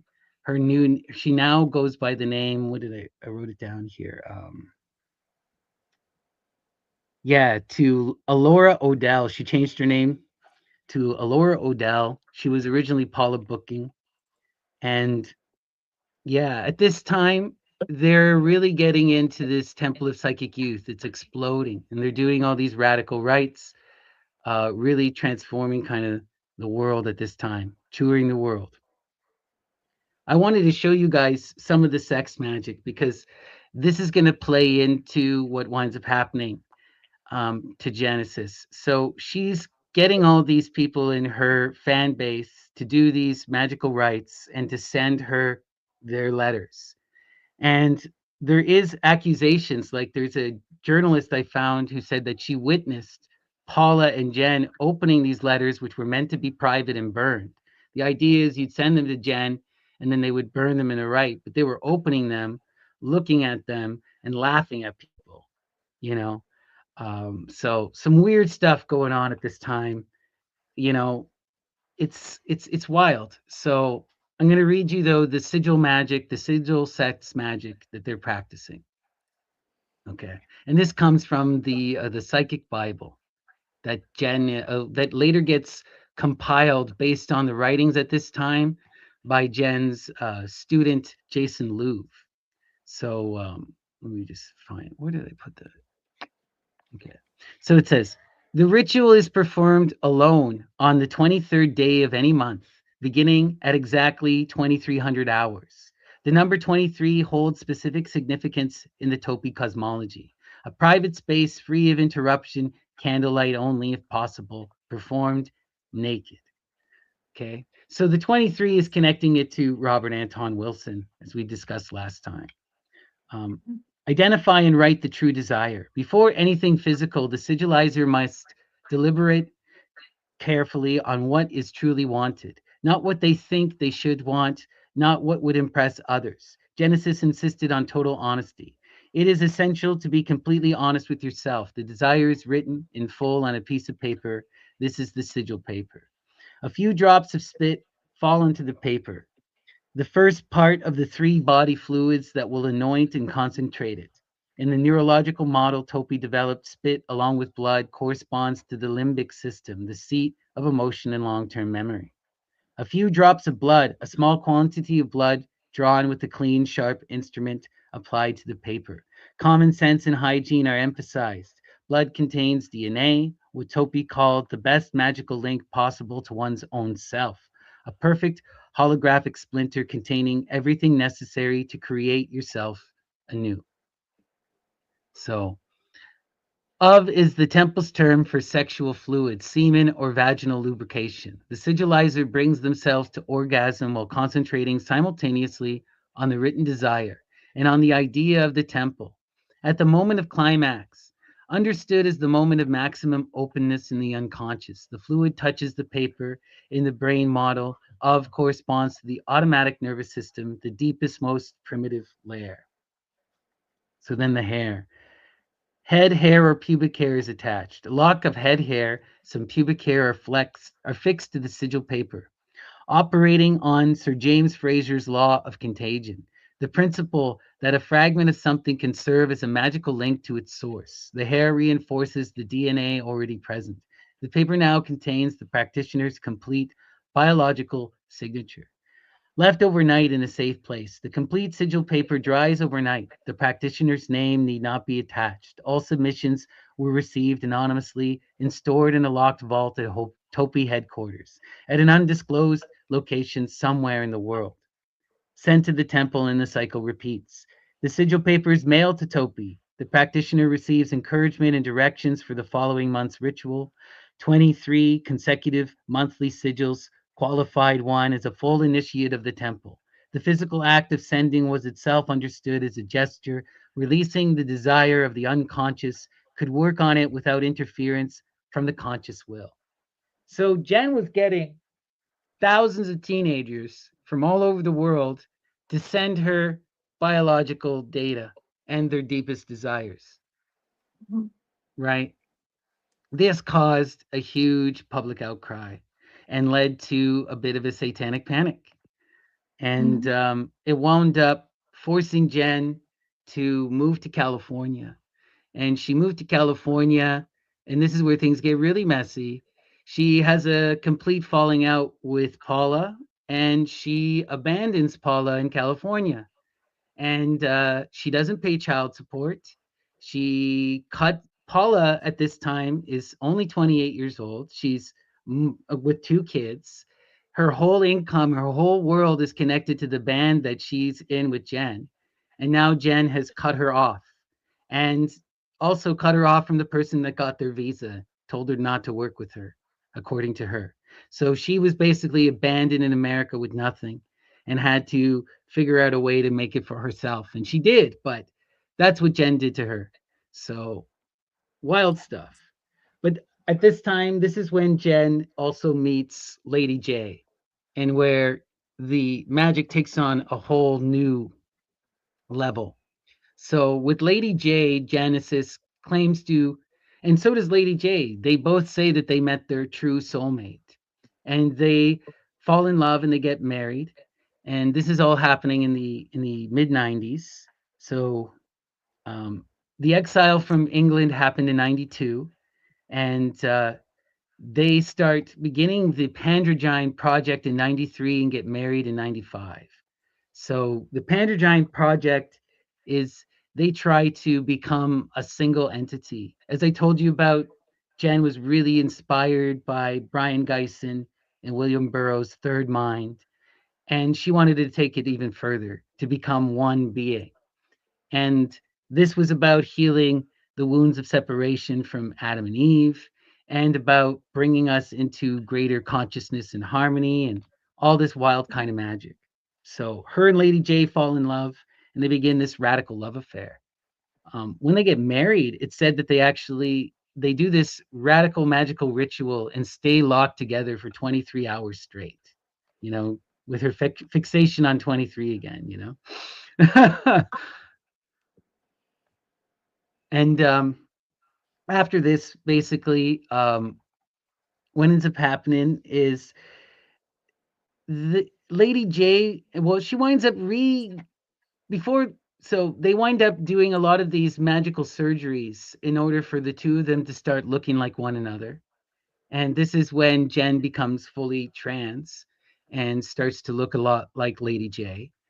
And they reform Throbbing Gristle at this time, but by 2007, Lady J dies of congenital heart disease. So she was always sickly her whole life, and yeah, she dies of illness. But Jen continues the Pandragine project, continues to try to emulate J, and refers to themselves as a single entity going forward. And she believes that Lady J is still in her person. By 2017, The Psychic Bible is completed, which is her magnum opus. It's the compilation of Jen's writings from her whole period, as assembled by Jason Louv, as well as a lot of other people who are connected to Topi, the Temple of Psychic Youth. But yeah, I have some magical quotes here that we can talk about so that we can get a perspective of understanding for Jen. But what do you guys think so far, now that I've given you kind of an overview of their magic and their project? Yeah, a wild character. Yeah. I was aware of the letters that were being sent to them. And I guess most of the people I spoke to, even the ones that did it, were just, they, I know, they sort of expected it to be laughed at. They didn't take it too seriously. And the people that did take it extremely seriously, other people would laugh at them as well. It was considered, I think, contemporarily as a big experiment that you had to be humorous about, right? And if it worked great. But yeah, just it was like an experimental experience. I had a dear friend who's passed away, Barrington, and quite a remarkable man, but he was very much involved in the Temple of Psychic Youth in Australia. And certainly him being quite high up in it, he just never took it too seriously. So it was one of those sorts of things that I think people from outside of it were horrified if they thought it was 100% serious. I think the people inside of it all took it with a grain of humor and enjoyed the radicalness of it as a big joke against actual magic, against magical societies, against the Masons, against, it was a real anti-disestablishmentarianism thing, but it was like an in-joke you had to be in to understand. It wasn't seen, I don't think, by the people who were doing it as incredibly serious. It's like, oh, look at them, they're doing this. I think it gets complicated because Yeah, there's clearly people who take this deadly serious, and there's people who've dedicated themselves to this magical path and treat Jen like a guru. And there were many young people who got hurt in this. And this is part of the reason why Topi falls apart and Genesis abandons it, because it yeah, does become a bit culty, you know, even more so than they intended. I think they had the best intentions. And I do yeah. think that the vast majority of people enjoyed the experiences, and I think a lot of this it's to me, it's punk rock, it's radical youth, Mm, trying to be free and live a radical life, you know, mhm. and youth are messy and wild and ridiculous. But Jen certainly fell into a lot of that egomania and wildness. And yeah, you know, I'm so influenced by their writing. Their writing came to me at a time when, like, they were the first non-binary person I ever heard of, Yeah. and they were so boundary pushing, and they're a great writer. But we Mm, also have to just be honest about the person, and mm. and I know we disagree on Crowley, and but I feel the same way about Jen as I feel about Crowley. Great writers, but people, not so much. Yeah. Here, Complicated to say the least.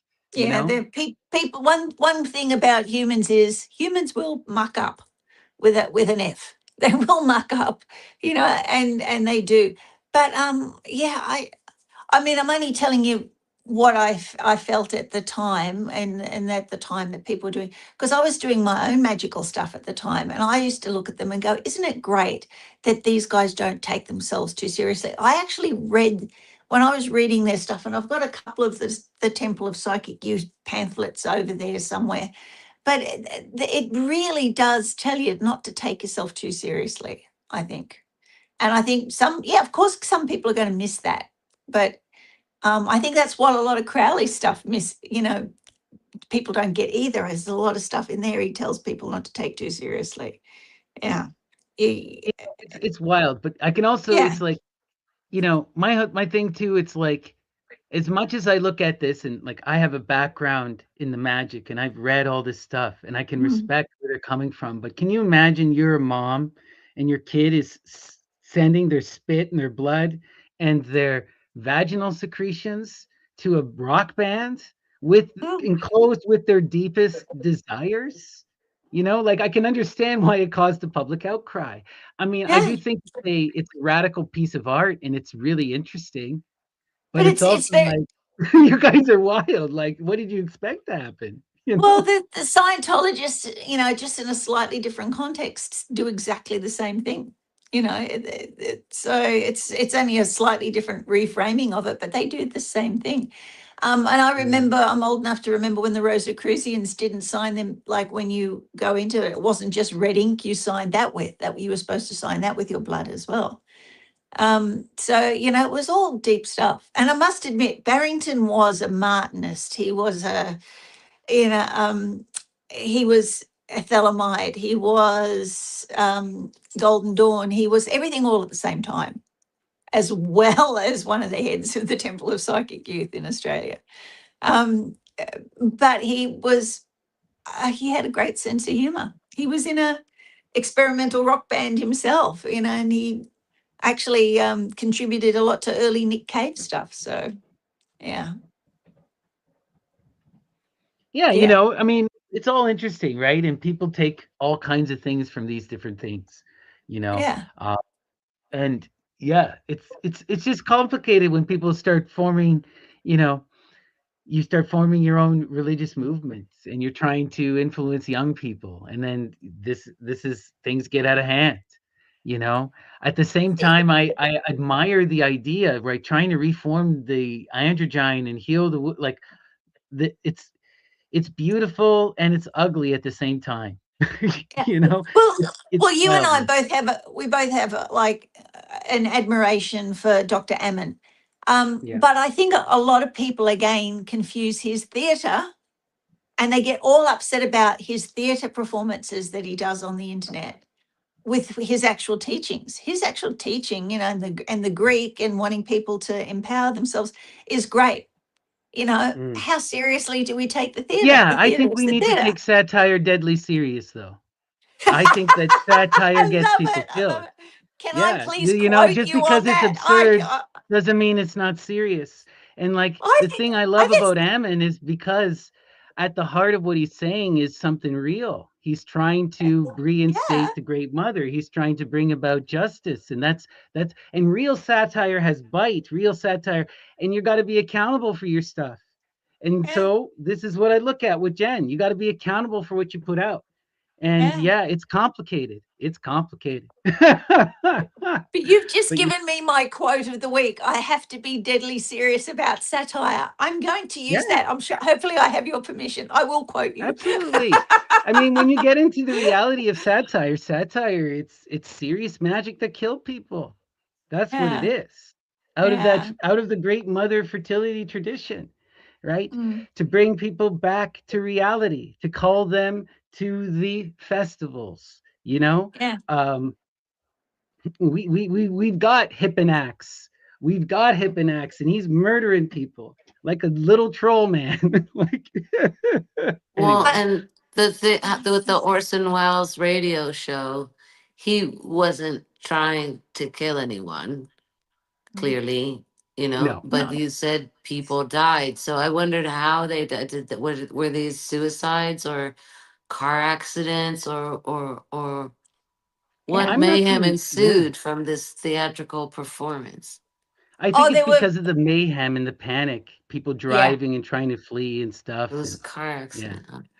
and they were There like was out shooting water towers, thinking they were aliens, and some people got accidentally shot and things like that. So, yeah, yeah.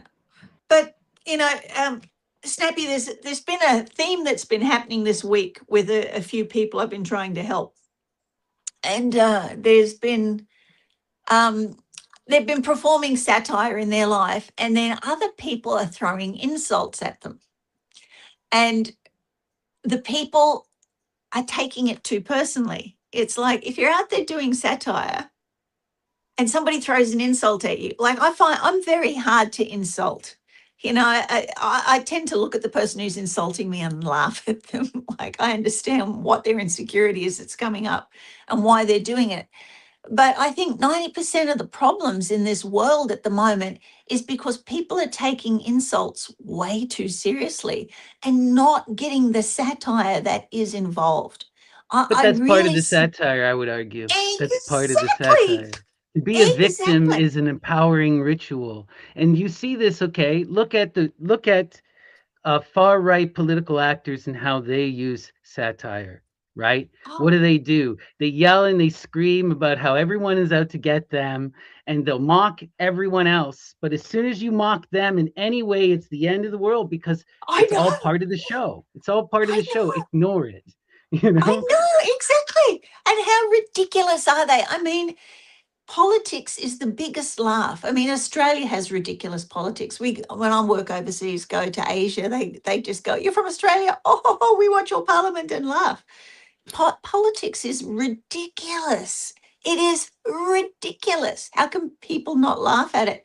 The fact that people want to kill each other over politics is the saddest satire of them all. That's the biggest joke of the day. You want to kill yourself or kill other people over something that's so freaking ridiculous. Get the joke and get a sense of humor and laugh at it, guys. Really. And this lack of sense of humor and like, you've triggered me. I am offended. Well, guess what? You're allowed to be triggered and offended, especially if you don't have a sense of humor. This is Go But also these this are is when the also how you stakes are press. very low. I mean, Mm. there's World War III happening. Politics is hardly a joke. Exactly. And we have to take the satire deadly seriously because what has the satire been able to do? We witnessed this in Canada and the United States where these disingenuous actors would say, it's you guys are just crying foul. You're just saying it's just locker room talk. I just This is grab what him by the abusers pussy. say all the It's just time. They satire. say they It's say just a you're joke. overreacting. Yeah. They say I was just kidding. How could you take it? That is the way abusers act all the time.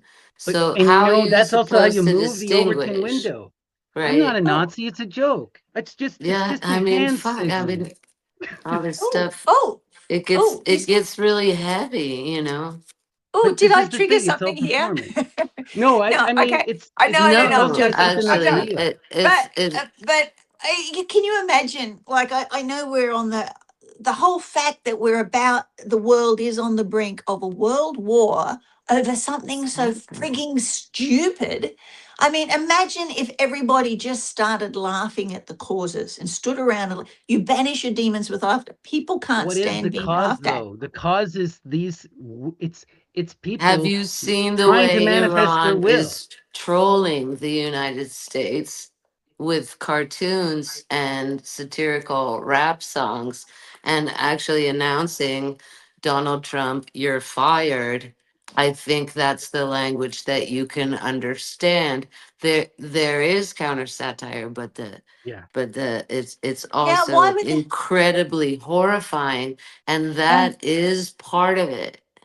Now, hasn't the Yeah. It's United States learned after Vietnam not to get involved in somebody else's land war yet?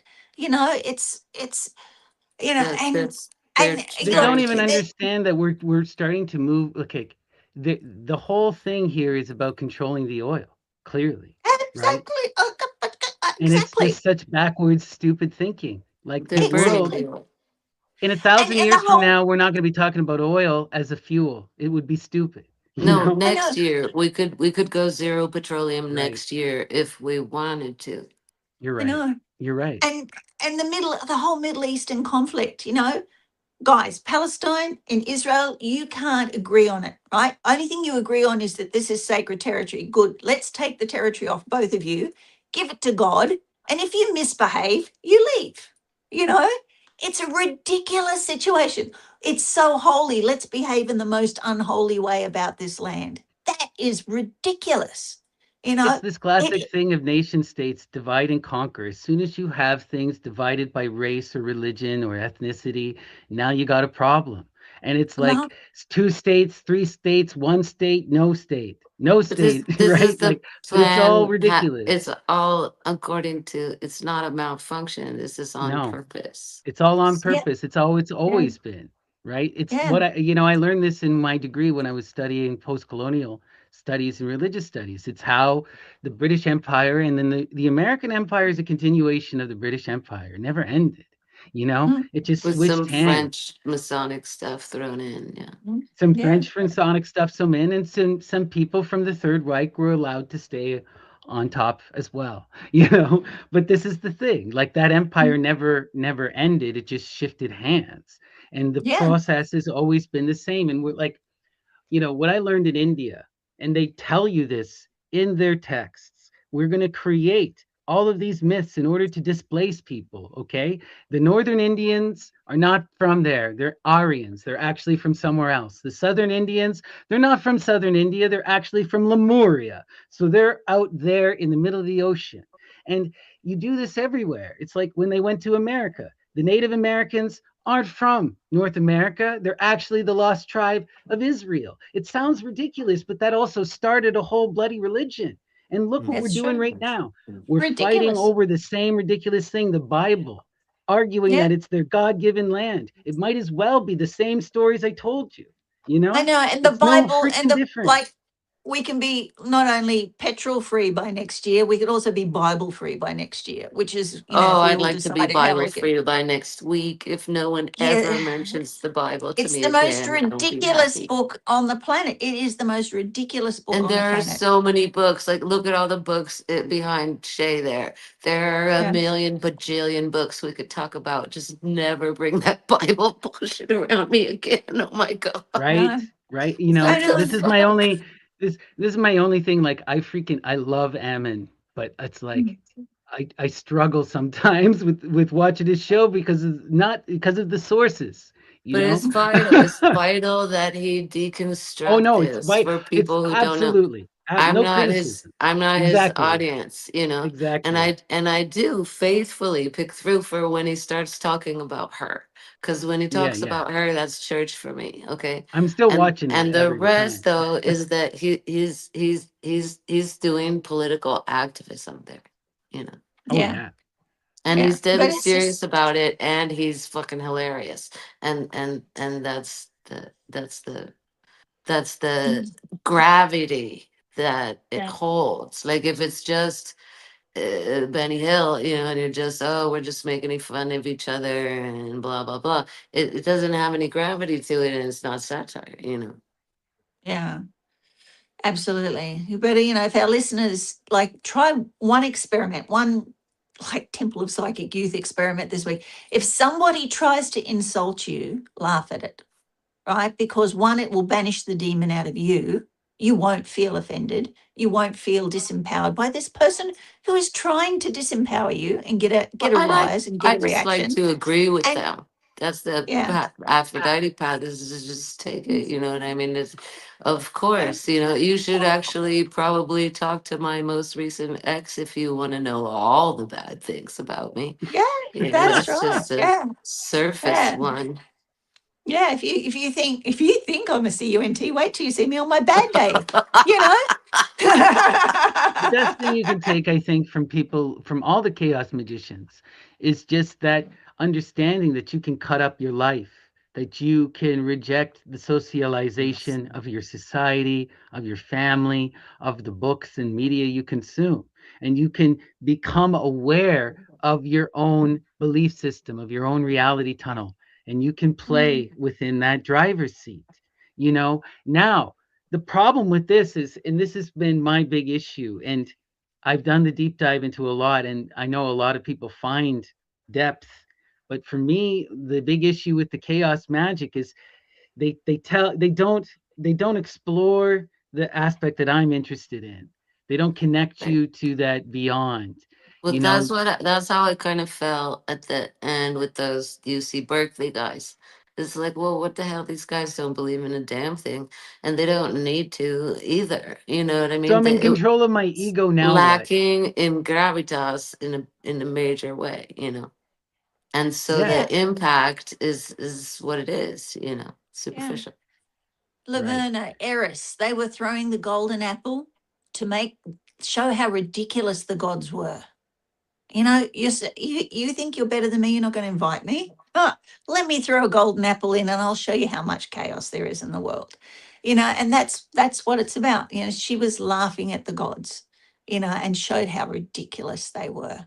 It's not about, you know, your existential place in the world. The whole basis of chaos magic is to shake things up by showing you how ridiculous they are, right? And to destroy what is ridiculous. Right. And that's what she did. I mean, Eris eventually, you know, she laid that way for Dionysus to be the successor of Zeus because of the golden apple, you know, and this is what chaos magic is about. Its use is to destroy, right? And it can be used, you know, like you're saying, it can be used to shake up governments. It can be used to shake up a system that is there, but it is done by exposing them.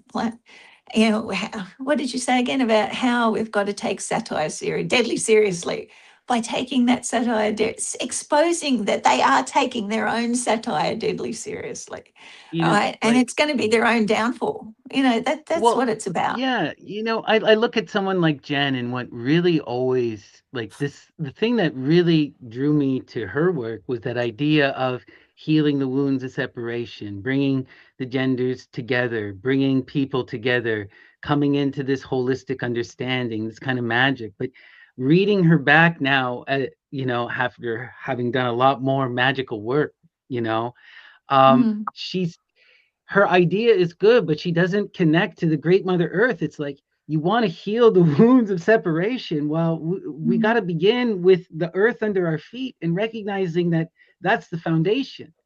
And Yeah, she does in a sense, but also doesn't. Not in the way that I think we need to be doing.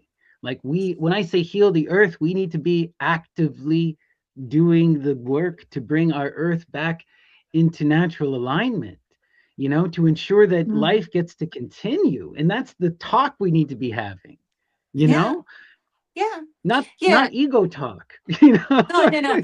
And it's the result of chaos magic as well. I mean, Jen made a muck of her life. She did. You know, it wasn't a happy life. There's only one photo I've ever seen of her where she looks even slightly happy.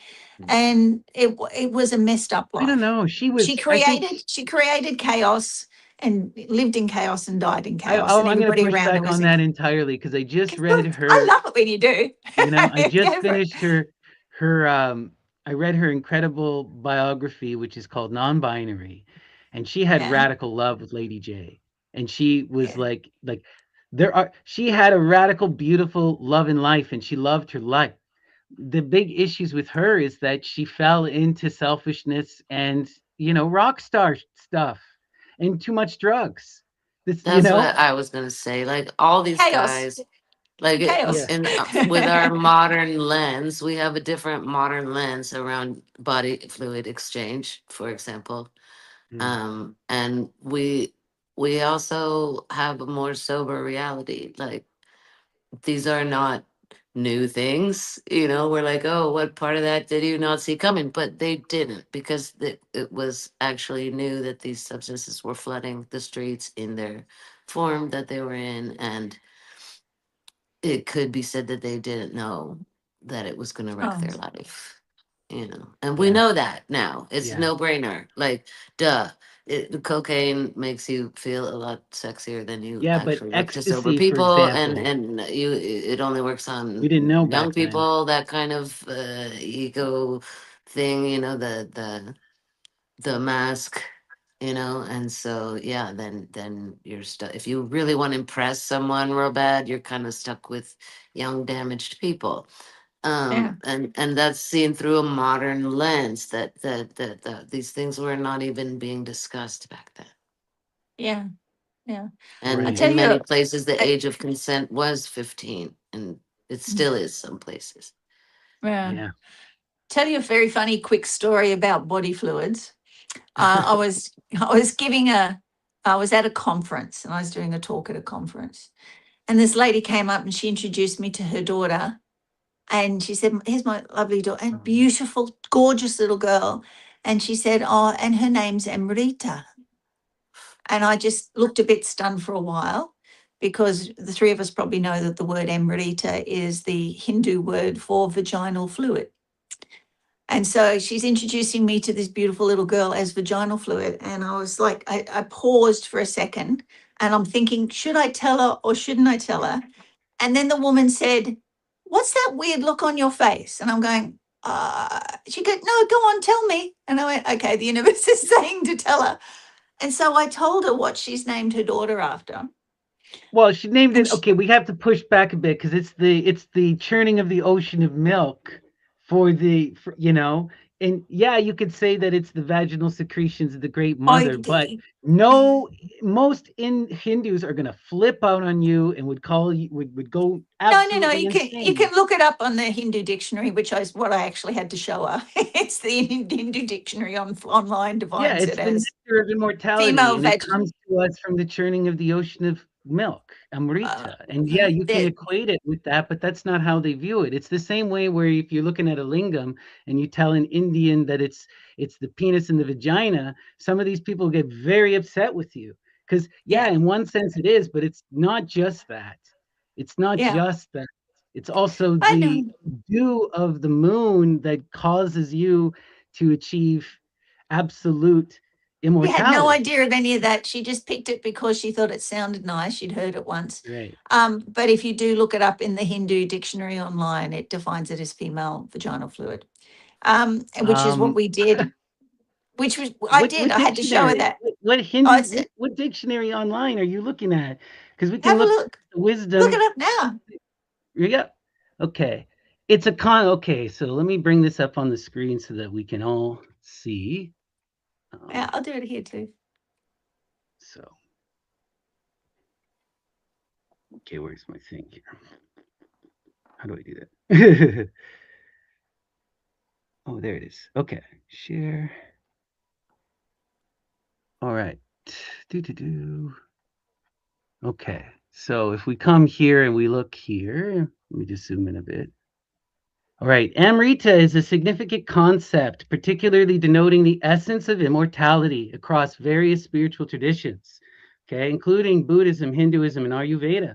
It symbolizes divine nectar or ambrosia, representing spiritual nourishment, eternal life, and ultimate truth. Amrita is sought after by the gods by the churning of the ocean, right? It refers to Yeah, a potent that's herb. but Okay? that's mythology. That's not a word definition. This is the No. wisdom library. This is the Sanskrit dictionary of the All wisdom right. library. This is one I of the key The way sources. have heard the word used is that it's the taste of honey in the back of your throat when enlightenment falls Yeah, towards the bottom. exactly. Right? Exactly. It's more of a concept than any literal thing. And You know? Amachi's full name is Mata Amrita Anandamayi, and I don't think that's what she means by that Right. name. Exactly. You know? Um there's a dozen or so definitions here, right? Um yeah. But anyway, it's all good, Yeah. right? Yeah. The remnant of sacrifices, right? We can, the essence of the elixir of life, right? It's related to the soma and the churning of the ocean of its milk. But yeah. Yeah. I can see those other definitions there. I can.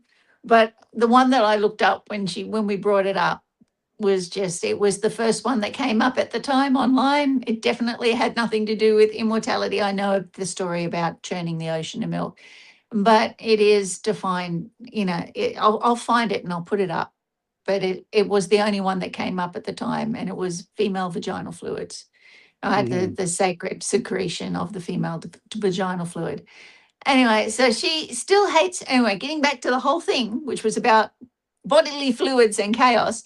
This woman couldn't, she absolutely hates me to this day. And she still talks about going to this lecture with me and coming up afterwards to tell me what a good lecture it was. But she asked the question. And then I actually had my iPad with me, which I'd been using in the talk, and I turned it around and showed her. She tried to get me thrown out of the conference because I had shown her this definition. And the woman who ran the conference went, well, there's the definition on the iPad. Why are you trying to get her thrown out for what you've done? And this is what I'm trying to say is that sometimes when something offends us, it's usually something that we've done and we have this huge reaction against this other person, which I've done a few times today on this podcast. But the whole thing is, if she got like, when she was looking at this, if she went, maybe I better look at some Depot for my daughter pretty quick, rather than trying to go, oh my God, this other person is horrible for pointing out to me that I might have done something a little bit ridiculous here. So she got really upset about that and still hates me to this day. And it pops up online every now and again that she met this woman at this conference that was rude enough to give her the Sanskrit definition of what her daughter's name meant. So when you look at the whole situation, yeah, it was a funny, ridiculous situation, but she couldn't see it that way and probably never will. Yeah. Right. It's all about framing and perspective. Can we laugh at ourselves is the big question. If we can laugh at ourselves, we can banish our demons with laughter. If we can't laugh at Except when, ourselves, but it's not just that either, right? There is the time when there are these radical abusers who are trying to push the Overton window and exploit you and trigger you. And they're purposely doing this. Like, I just went through, decades of this, watching this in the media as the entire media landscape got weaponized against people like me for the purposes of this, creating an other. And half the time it's not even a reality. You go to a high school and you pick on a high school kid and you ask them or you go to a university, you pick on the blue-haired girl and you ask her to try and defend herself to a proper, like, pundit. Anyway, my point is it's just that, like, it's not just about being triggered and whatnot. So much of this is like, what if someone's out to hurt you? What if their purpose is to be a dick and they really just want to hurt you? And there's what a if they're difference. out to be me? No, like, this is what I'm asking you though. What if I am lying and my purpose is to call you and hurt you? Yes, you don't That's have to be phony. hurt. Sticks and stones. No, no, You no, no, don't no, have to no. be hurt. You're missing. No, Shay. Sometimes people are out to hurt you and ruin your name and ruin your reputation. And no matter what you do, react or not, they're doing this to you and they're out to get you. I'm very aware of that situation, and it has happened to me many times, and I'm still smiling, and I'm successful, and I'm living in a peaceful place, and they will always be dicks. It doesn't mean I have to be, I am Yeah, happy. I refuse People to have just play tried, that game either. This is also just, but it I'm not reminds me of destroyed. just, yeah. I'm not destroyed. I'm not destroyed by what they're No, doing, I and I don't think won't you're allow destroyed myself to either. be destroyed. No, but I'm I also happy. don't think it's wrong to tell people to F off if they're being rude and they're bullying me. In fact, I think my whole life has taught me that if you don't punch the bully in the face, then they continue to push you and push you and push you and push you until they severely hurt you. And that has Uh, been just my reality again and again and again and again. And so but I refuse to be caught off guard without power. No, you're going to come at me with that kind of nonsense and I'm going to put you in your place. And that's how well, it that's has what to they. be. And I refuse Well, to give up my power for the but sake of that's what. kindness to bigotry, Oh, no, no, no. Believe me, I don't believe in forgiving easily, and I don't believe in giving up to bigotry. But the Mm. reaction that you're talking about is the reaction that they want, because then they're in control, No, they're right? not in control. Sometimes I punch them in the face and they leave me alone. That's been my reality. You know what happens is that you make the clown look like the clown. Here's the thing, if you continue to put up with it, then they get to look like the powerful person. Even when you walk away, they can sell that to their friends. They can come back another day. There was no consequence. There needs to be consequence with some of these people. When you're dealing with a real bully, that's all they understand. And Mhm. again, I've had to learn this. I was always the kind of person who wouldn't until I got Right. pushed to the point where I had to. And then it stopped. And then it never Yeah. stopped again. And I will I never, ever tell people to put up with that kind of nonsense. Sometimes you got to push back. You just have to. yeah, I'm a That's highly trained. Athena. Athena energy. Justice demands what we fight for justice. And I won't fall to this like screw Gandhi, screw that Martin Luther King nonsense, screw all of this white privilege bullcrap. Give me the Molotov cocktail. Serious. Okay, where's the guillotine? Like Boots Riley over here. Okay. anyway, I Yeah, love you, but Shay. you I know love you. what? I love these discussions. They're great. But you gotta understand that Gandhi did get the British out of India by No, making I them studied that ridiculous. history and went there. He did not. He was one small player. You know what got the people out? The Indians. And you know what Yeah. most Indian people did? Fought back. Yeah, they They did. fought Yeah, back. Lots of people died. Lots of people refused Yeah, to work. yeah, Yet yeah. Gandhi was an important figure, and I give him all the credit in the world. But it wasn't nonviolence that kicked the British I out. didn't say non-violence. you He know, made them look ridiculous. In the end, they could not justify their position because he made them look so friggin' ridiculous in that country. that's the myth we There tell are ourselves. certain cultures in which Yeah, shaming will work, yeah, and Mhm. and there it didn't. are others that won't work on. The Mhm. British were susceptible to being publicly shamed and humiliated. Yeah, Yeah. Whereas if you try that with American soldiers, you're going to get shot in the face. You just don't even get on the news. Like Yeah, yeah. no, the big there's no thing is way. like Gandhi could go to the reporter. This is like I got to go when I was in Maharashtra, Pune, to the Mhm. place where they had him imprisoned and see the museum there. And it was wild. So they would like he was a master media manipulator before anyone even knew how the media really worked. And Yep. he would call these people to come and witness. And the thing is, like, what happens in America, you just don't get on the news. Like, they would Yeah. just never allow a Gandhi to be seen. Mhm. How do you guilt people if people don't know what the heck is going on?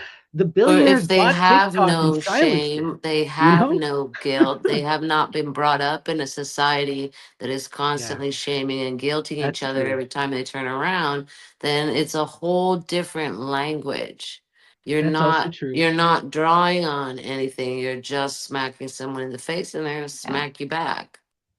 Yeah. Right. I It's just I that don't. simple. All We right. don't So, but have it, you know. you're using personal examples, and I will not get involved in a confrontation with somebody unless I'm willing to kill them, unless it is a life and death situation.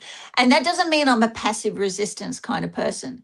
What I have found in my experience is the people who have tried to make me look bad, tried to destroy my career, tried to say, all sorts of shit about me, is in the end, they end up, one, either finding out the truth and apologizing, or two, looking so frigging ridiculous that I'm vindicated in the end.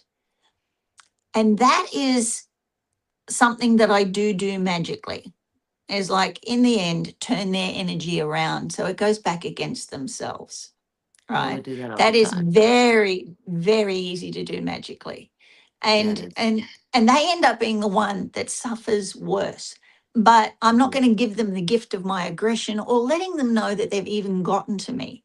I'd rather laugh in their face. And when it all goes wrong for them, guess what they hear echoing in their ears is Shay laughing at them. Yeah, I which is mean, success I is the best remember revenge. growing up with my friends, and we're queer. We're mostly non-white. I'm the one white person, and we used to get chased down by real skinheads. And it's like I wasn't out to kill anyone because that would have been insane and would have caused more problems. But I sure as heck was fighting and defending myself, and it was just a reality. Tribal war That's was a a reality. life. Youth gang That's culture a was a that's a reality. There life-threatening was no not situation. fighting back. Yeah, it is. And this is That's the a this life. is my thing. It's like nonviolence is such a fucking privilege. No, It no, Yeah, no, just it is. is. It is. no. What we're Sorry. talking about is a life-threatening situation. I've been in life-threatening situations. You've been in a life-threatening situation. If Not you're in a necessarily life-threatening life-threatening situation, situation. if Gang you're being violence, chased by robbery. skinheads, it's life-threatening. Being chased by skinheads is life-threatening, right? No, So, It's a trip. It's a trip it's to true. distinguish, mm, between But there's somebody a who's difference between. tearing you down because they're about to physically attack you, and someone who's just trying to be funny, because this is a different reality. This is what we live with. And so we don't even start with that like the British do. The minute everybody walks in the pub, they start, what to us sounds like tearing each other down. And then the next step will be physically violent. So we leave. We're not leaving because we're offended. We're leaving that because in our culture, that's the precursor to physical violence. And so we get up and walk away. And then they're like, see, they got offended. And it's like, yeah, actually, no, it's just a different language and a different culture. And I'm out. That's not, nobody is winning the argument. It's that Yeah. that's a weird thing to do for us. It's also, You wouldn't I've do it witnessed, unless you were okay, gonna hit somebody, right? I witnessed, So, when I was growing up, my whole thing was ska and reggae, and I witnessed that whole culture, the whole skinhead thing get usurped by Nazis, and we had to try to yes, fight and that defend it. happened. But you know what? What also happened? But here's the thing: when that happened, there was one good thing about it, and that was you could tell what these people look like. You could tell them in the crowd. But then all of a sudden, in the 2000s, they Yeah. all became hipsters. Yep. They all stopped doing that, and it all became a joke. They all started lying, and they all just started infiltrating into Right. everything and Yep. ruining everything, and they looked normal, and the only way you could tell was the jokes. No, nothing scares the Frog shit out of whistle. me like Portland, Oregon, man. All the nice vegan hippies with their coffee. Do you know that's a hub of human trafficking and has always been? And now they all look like you. What the heck? That place is Yeah. scary beans. It's a Really scary Yeah. thing. scary. Like, they got like in my place, the big thing is these action clubs where these people get together at gyms and they start fight clubs. And part of the fight club is you go chase down the queer and the minority and you beat them up. Like this is just like Yeah. this is the reality that this is happening in some of these places, Yeah. this kind of weaponized violence. No, it's And it's just frustrating. gotten ridiculous. And it's all born out of this satire. And I have a hard time separating it, you know? And just telling us it's all jokes, it's like that allows that stuff to come in. Mm. Oh God, no. I think we're talking about two No, separate and things here. I know we're talking about two different things, but there's an aspect here where it's like, if people are being rude and are saying these horrific jokes, we got to shut them down and not allow it. And I And the best honestly way to shut believe them this. down is to make them ridiculous. And look, there's a situation where we've had somebody who has been completely out of control to try and destroy a group of people. And what we've done is gone, okay, what about like somebody in the community went, well, they're behaving insane. How about we get I don't know what you call it over there, but over here it calls observation. So they get put into observation. These people who are skinheads and things like that, they can get put into observation without being arrested, which gives them less human rights than what arresting them does. You just report them to mental health. This person has a mental health problem. They're a danger to other people and themselves. They get picked up. They get picked up and put in observation. Do that 2 or 3 times. They calm down really quickly. Right. Uh, and they're made look ridiculous within their community because they've been picked up by mental health. I think a big Humor, thing we do need yeah, to we I I wish think we had mental health services in yeah, the this is States. the That thing. would We be need mental fucking health cool. and youth services. You We know, don't have any, when I you was know? when yeah, I growing up and living this kind of thing and having to deal with yeah, that extremism, I yeah. was, I had to learn about it and I did my due diligence into it.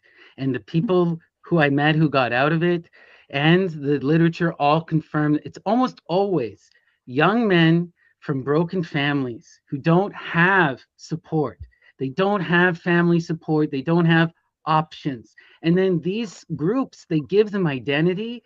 Oftentimes they give them a home, they give them a job, and they give them an enemy, someone to blame. And as a young person, when the world doesn't make sense and you're raging with hormones, an enemy is the best thing you can give some of these young men. They feel Yeah. empowered and they feel purpose. And this turns people into zealots overnight. The Yeah. culture I came I from, But most of these people, you can mocking get them someone who's into a about to relationship attack you, and they it leave it. makes it worse, actually. yeah. Mm. And Yeah. what has made it better for me as a small cis female is actually getting very serious. Mm, That's what works to stop the onslaught is, are you okay? Right. mhm.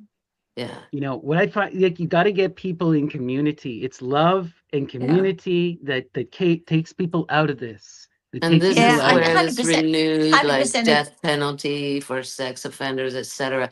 It's always the sex offenders, isn't it? It's never the abusers that are not using sex. Like, how is this happening?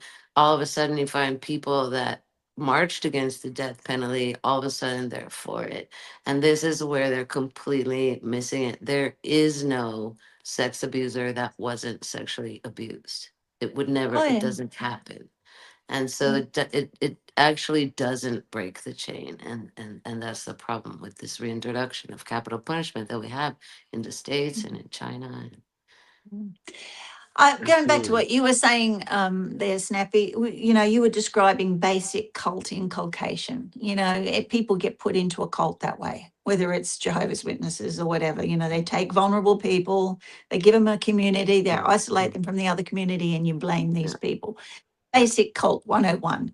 But what I often do when I have like single mums go, my teenage son's out of control, I go, okay, go and find a reputable martial arts teacher and go and get them in a martial arts. This is Somebody the that, problem. This is where it gets yeah, really sad, because what I mentioned was these action clubs. And this is mm, where my heart breaks, because the very thing you're talking about, which is a true lifeline, has been mm, weaponized to take these vulnerable youth and indoctrinate them, you yeah. know? But there's Because good you're ones and absolutely right. there's good ones and there's shitty ones. But You you got can to be find the good careful, is ones. all I'm saying, is that it's just, Yeah, it's so, yeah, yeah. yeah, You yeah, know, yeah. But that's our that's young, that is one our young solution. But men if you are, put the go ahead, yeah, sorry. if you put the time into doing the research and finding the good ones, like my son in Sydney teaches Nice. jujitsu, and he teaches kids jujitsu. And on this level, he's very much about family and teaching respect to kids that don't really have a father to teach them respect and things like that. So there are really, really good organisations, and there are thugs. Stay away from the thugs. You And want a good or yeah. I don't know Mm, about everywhere else, but in the States, we recommend teaching young men how to fend off military recruiters and stuff like that. mm, You got to Absolutely. know before it happens, mm, what to say, how to defend yourself, how to get out of there. mm, Yeah. mm, You know, I mean, yeah, I think it's just also it's just so important that people join things and be a part of things and mm, develop real world in-person yeah, friendships and community. Go out, touch grass and do something, you yeah, know? yeah. Like 100%, it's 100%, that's what 100%. really is going to save us. It is going to empower us, and that we need to be doing, and it's like, um I You remember, can, a big thing that was a massive help to me was, as a young person, was having access. We had a youth program, and the youth program had, you know, my government still has a little bit of socialized stuff, and we still had to pay a bit, but they actually had people who ran a little youth community center where there was movie nights, and they used to, the big thing that hit me was they would take us on nature walks, and they point out all mm, the mushrooms, and they tell you what all the plants were, and they tell you what you mm, could actually eat, what you could actually use, and you're in that stuff, like real practical knowledge. I don't, but people mm, need to get out of this politic and mm, identity and in nation, like all of it. It's like we see young people, they're looking for some kind of connection, some kind of self-understanding, and they're looking at the world that has destroyed and taken this from everyone. And this is the Mm, big problem with so many of us, is that, our current society exists to destroy every real identity except for ones that can be commodified and sold and made meaningless. Because if they had real meaning, then you wouldn't be needing a new one, and they couldn't keep selling you the pill. So they've denigrated all identity, all true culture into nothing but consumerism or the feeding of the consumerist fire. You're either a producer or a consumer, and that's it. And now we have young people who are born into this society and they're going, who the fuck am I? And then you get radical politics coming in that gets people all messed up. And then we mm, freak out about this current situation. But this is mm, why, because we've completely lost our connection to real culture, to the humanities. And what should tell you that this is the plan and why, and this is the great evil that they're trying to do, is I saw an interview with that guy who runs Palantir. Okay, the Oh God. CEO of Palantir, and he says the biggest evil facing our society today are educated women in the humanities, empowered women. And we're going to support AI because it's going to promote working class conservative men over liberal women. And Right. I'm just thinking, like, empowered women who can educate the youth and educate them in real culture, like the classics. This is what we absolutely need. This is the yeah, only thing that can fight against our educational collapse, you know? yeah, yeah. I mean, And if you're all three of educated us. enough, you can create a comfortable distance between yourself and the Mm, people who mm. actually do want to destroy you. The three of us know how important culture is. We all study culture. We could study ancient culture. We study contemporary culture. We look at culture. And to have a human without culture is like having a bird without wings. We are culture people. That's what we do. And we have to create culture around us or be immersed in culture. And, studying the humanities, whether you're a man or a woman or somewhere in between or anything else, it's important because we need this, right? We need to understand what makes us what we are today. We are standing on the shoulders of giants. Who are these giants and what do these giants make us today? Right? And that is the But question we all need to ask ourselves.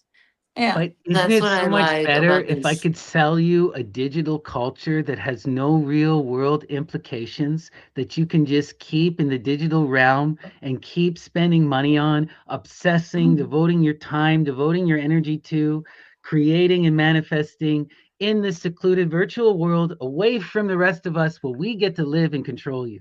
Because that's really what they're doing.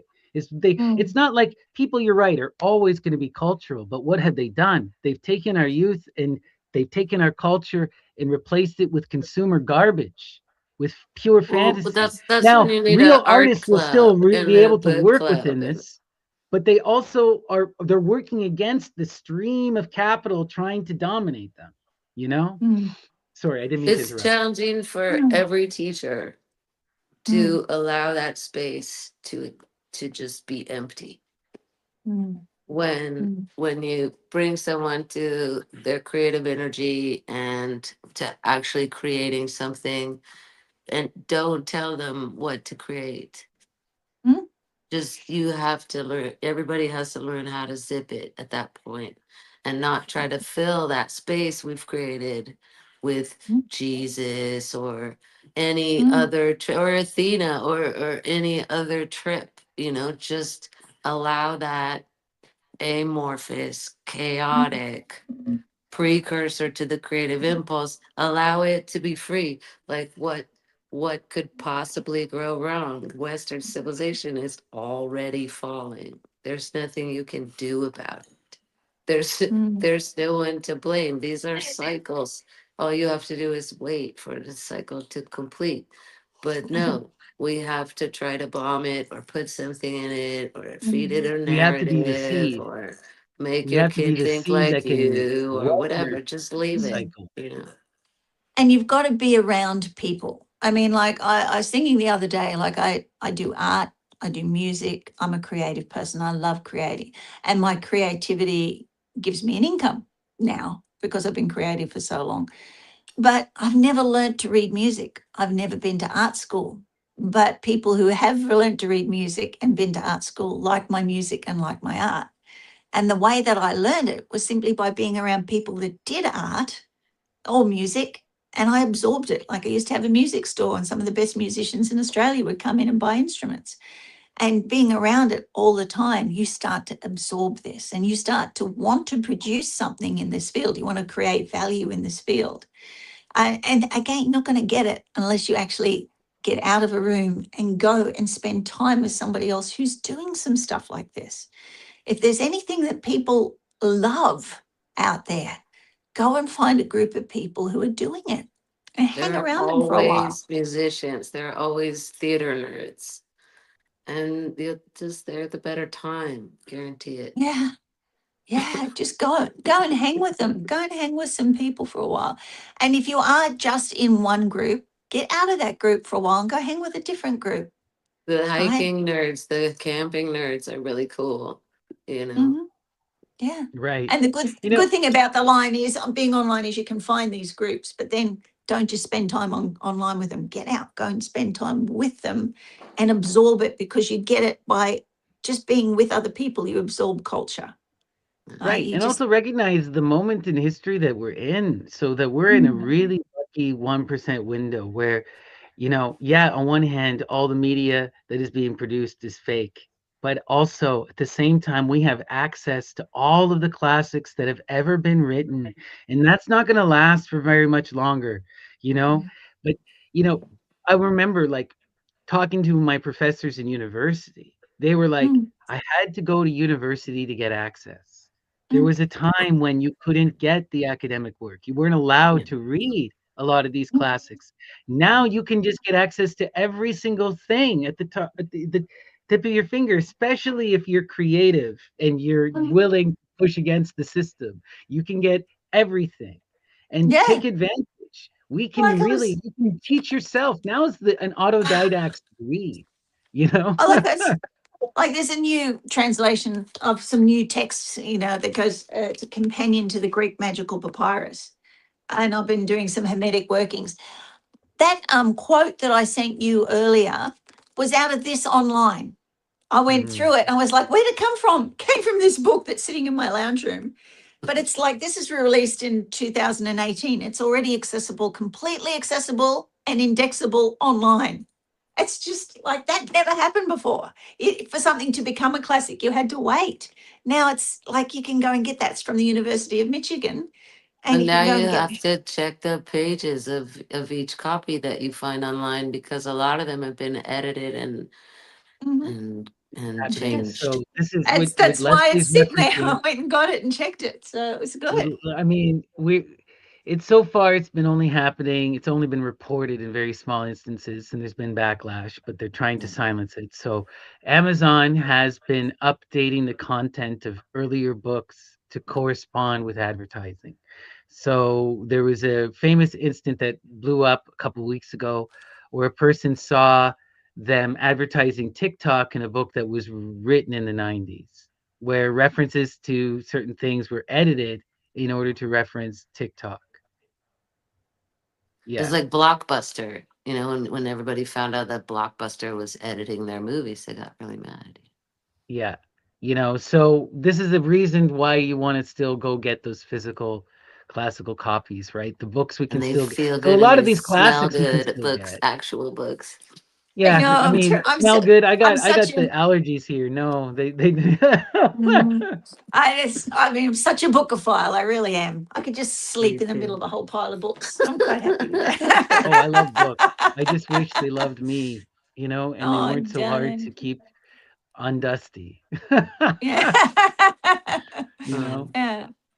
Yeah.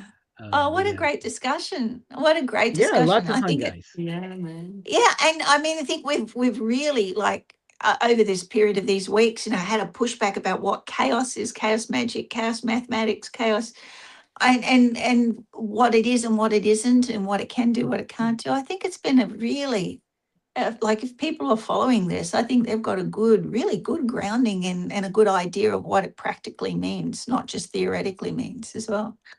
You see where it came from? And once you Mm, know where something has come from, then you can really truly understand it. Now, And the mm, thing for with me chaos also, magic is everyone's doing their own thing.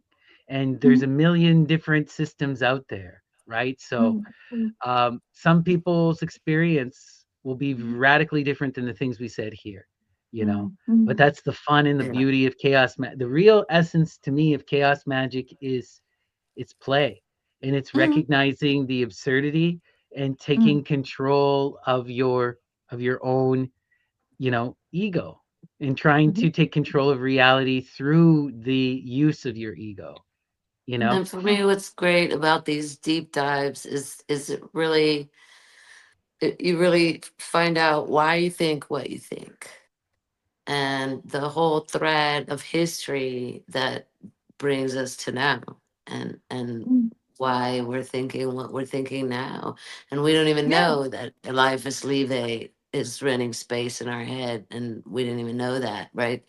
Or mm. the spaghetti monster guy or whatever, like, oh, that's why I think that. And it's Yeah, just it's illuminating all the corners of the library.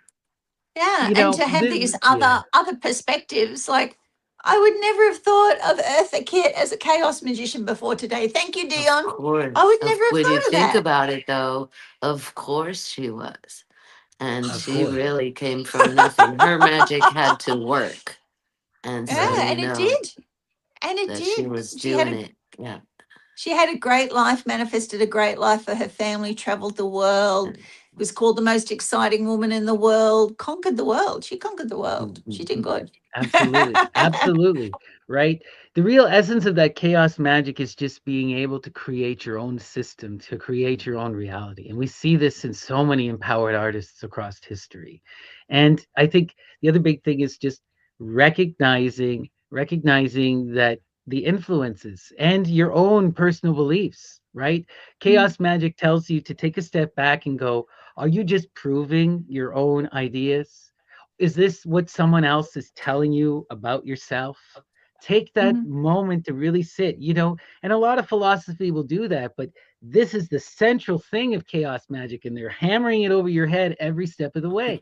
And that can mm, be really, really empowering for people because, mm, so many of us don't recognize like, you know, once you start to realize that so much of all this stuff is just made up nonsense, then when other people are living their own life, it's not going to offend you or bother you, And things like identity don't have a weight as much. Things like culture and nation, they don't have this weight that they do. You see, people die for this nonsense, and it's freaking nonsense, you know? exactly.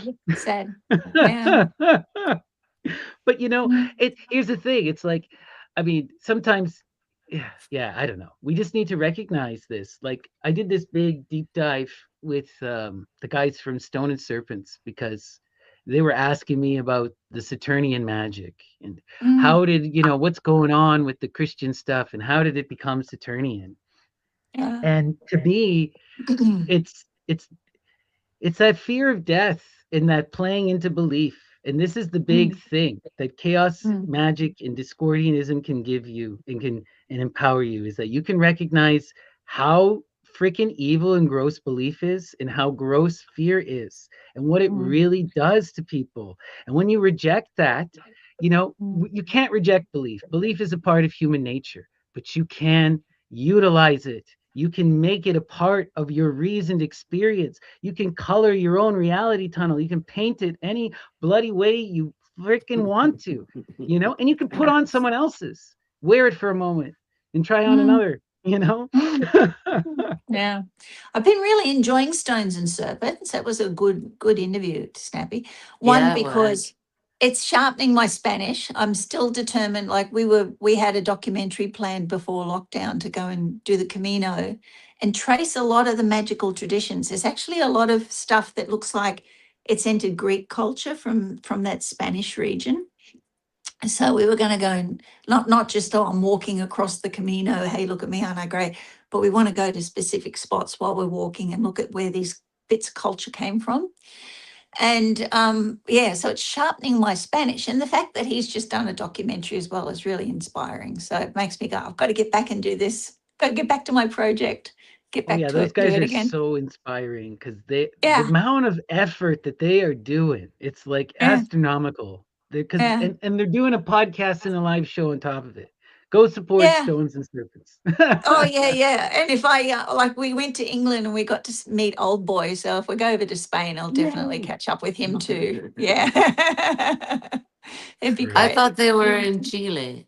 They're Are they're they in they're Chile? mainly yeah, so their main location is in Chile, but Oh, then they okay, operate out of Malta, like okay. many of their investors. And originally it started as a project in Malta. Bruno got his Yeah, inspirations there, and then Ammon came in after. yeah, yeah. Ah, there we go. Because I actually thought it was all in Malta. Oh, yeah, so there we Mhm. go. Okay, I missed that. I missed Chile. Yeah, Ooh, yeah, okay, they're a real international crew, those guys. Really, really yeah, cool. yeah. But we should wind Fantastic. down here. Is there any final things you guys want to say about Chaos Magic? Because this is going to be the last episode for the series. Next week, Dion he had to take off on us again, but we're going to dive into punk rock next week. Oh, Can't wait. Magic and punk yay. That sounds Oh, awesome. excellent, excellent. Yeah, no, it's look, chaos, proceed with caution with chaos. It is, yes, it is made up. It does work. It is powerful. It can bring chaotic and destructive influences in your life. However, it can be used to shake up things where you feel something needs to be shaken up. That's what it's for. It's not the deep philosophical answer to life, the universe, and everything, but it can actually do a job. And what it does really good, and it creates chaos. It does. Hmm. It will, you know what, cut your life up, change your Hmm. habits, and recognize the beauty of life, because this is a thing. Too many the thing that chaos magic will really put you here's it it'll put you on a path. It'll not there's real weight here. And if you play in it, it'll lead you somewhere. But Hmm. it's gonna, it's gonna be It wild. It's gonna be a wild messy. ride, It could be you know? messy. It can be the thing with chaos magic is like, okay, you know, if you follow a guru tradition generally, or if you follow a literary tradition, they're going to tell you this is what you do. This is the method. You imitate the guru, and eventually you'll have the guru experience. The truth of that is, eventually you get to that degree where you have to realize you can't have the guru experience. You can't imitate the book, but you're given a framework to go there. There is no framework in chaos magic, and they reject the very idea. You got to make it up yourself. So unless you're willing to do the hard work of making it up yourself, don't do it. But because if you're going to just dabble, what you'll wind up just getting yourself all mucked up into things. If you're going to play hard is my But this advice. it you know seems to me that we're talking about caustic substances. Mhm. And you're gonna want your gloves and your goggles, and you're gonna want a purpose and a Yeah. focus, and you're gonna want to find out what your blind spots are and take precautions for that. You want to find out what your occulted desires are, what your suppressed desires are, because those are gonna come out. Mhm. And so you're not just taking caustic substances and flinging them around like Jackson Pollock. You're doing this with a focused intention for a purpose. Yeah. Yeah. Yep. And remember, it's all in the grammar, it's all in the spelling. You get what you ask for. The devil wants to give you what you want, and he will shine that mirror in your face. So, if it's ugly, if it's not what you truly want, if it's something lesser, then you're going to be sent on a profound journey, and you may not like that ride. Mhm. Mm. So Right. many Yeah. Well times we said. think we want a thing just for the feeling. We think we want a house because we think it's going to give us that sense of stability. But Mm. if we go ahead and manifest stability, it gets to show up in a way that is actually stable. Mm. Might Mm. Yeah. not be what you expect, is what I'm saying. You Yeah. might get And what Absolutely. then you need. again, yeah, but then again, why settle for a house when you can have a temple? So, and that's Don't think small. Think big as well. That's the big thing, right? The real wild chaos magicians are the ones who are utilizing this stuff to transform their whole lives. Eartha You Kitt can wasn't become trying to get a job at the soda fountain. no, No. no, right? Alan Moore didn't just he manifested a global anarchist movement. Grant Morrison, and he turned himself into an androgyne, and so did Genesis. Like these were Orson people who Welles, were everything he touched is a classic. right, exactly. These were people who out either to create high art or transform the world. That's when stuff really works too. You got to dream big. All right, guys. Well, this was so much fun. So, Shay, is there anything you want to promote or talk about before we end here? Well, I thought I'd mention because at the start of the equinox, we started our set of hermetic workings again. We've already done a hermetic working to Apollo with a group of people here, physically. In theory, we can also do it online with anybody from anybody in the world. But we've had profound healing, we've had musical experiences, all the things that you would expect from Apollo has manifested for the people who did that hermetic working, which is good. The next one we're going to do is either Hermes or Jupiter. Probably Hermes is the traditional one to do. So if people want to do a traditional 3,000-year-old hermetic working to Hermes from the Greek magical papyrus, send me a private message and we will put you in our little private group. And it is a bit of work, right? There is like homework, so don't just think you're going to tag along for the ride. You have to go and prepare yourself and do your work, and then we'll start seeing what sort of changes we can produce in your life with these things as well. Oh, and I've just my new song just got released, so if you want to have a look at that, it's called "I'd Die for You." So it's actually out there on Spotify now. So if you look up Shay, "I'd Die for You," you'll find my new song. So have a look at that. Right on. Wonderful. Amazing. And everyone, make sure you send an email to Leslie at leslie.selene@yahoo.com if you're interested in any spiritual work or guidance. She does Or a copy spiritual. of a book or whatever. Oh, Or yeah. just If say you want a hi. copy of her books, right? What What's are your your. book called? Yeah, what's your book called, Leslie?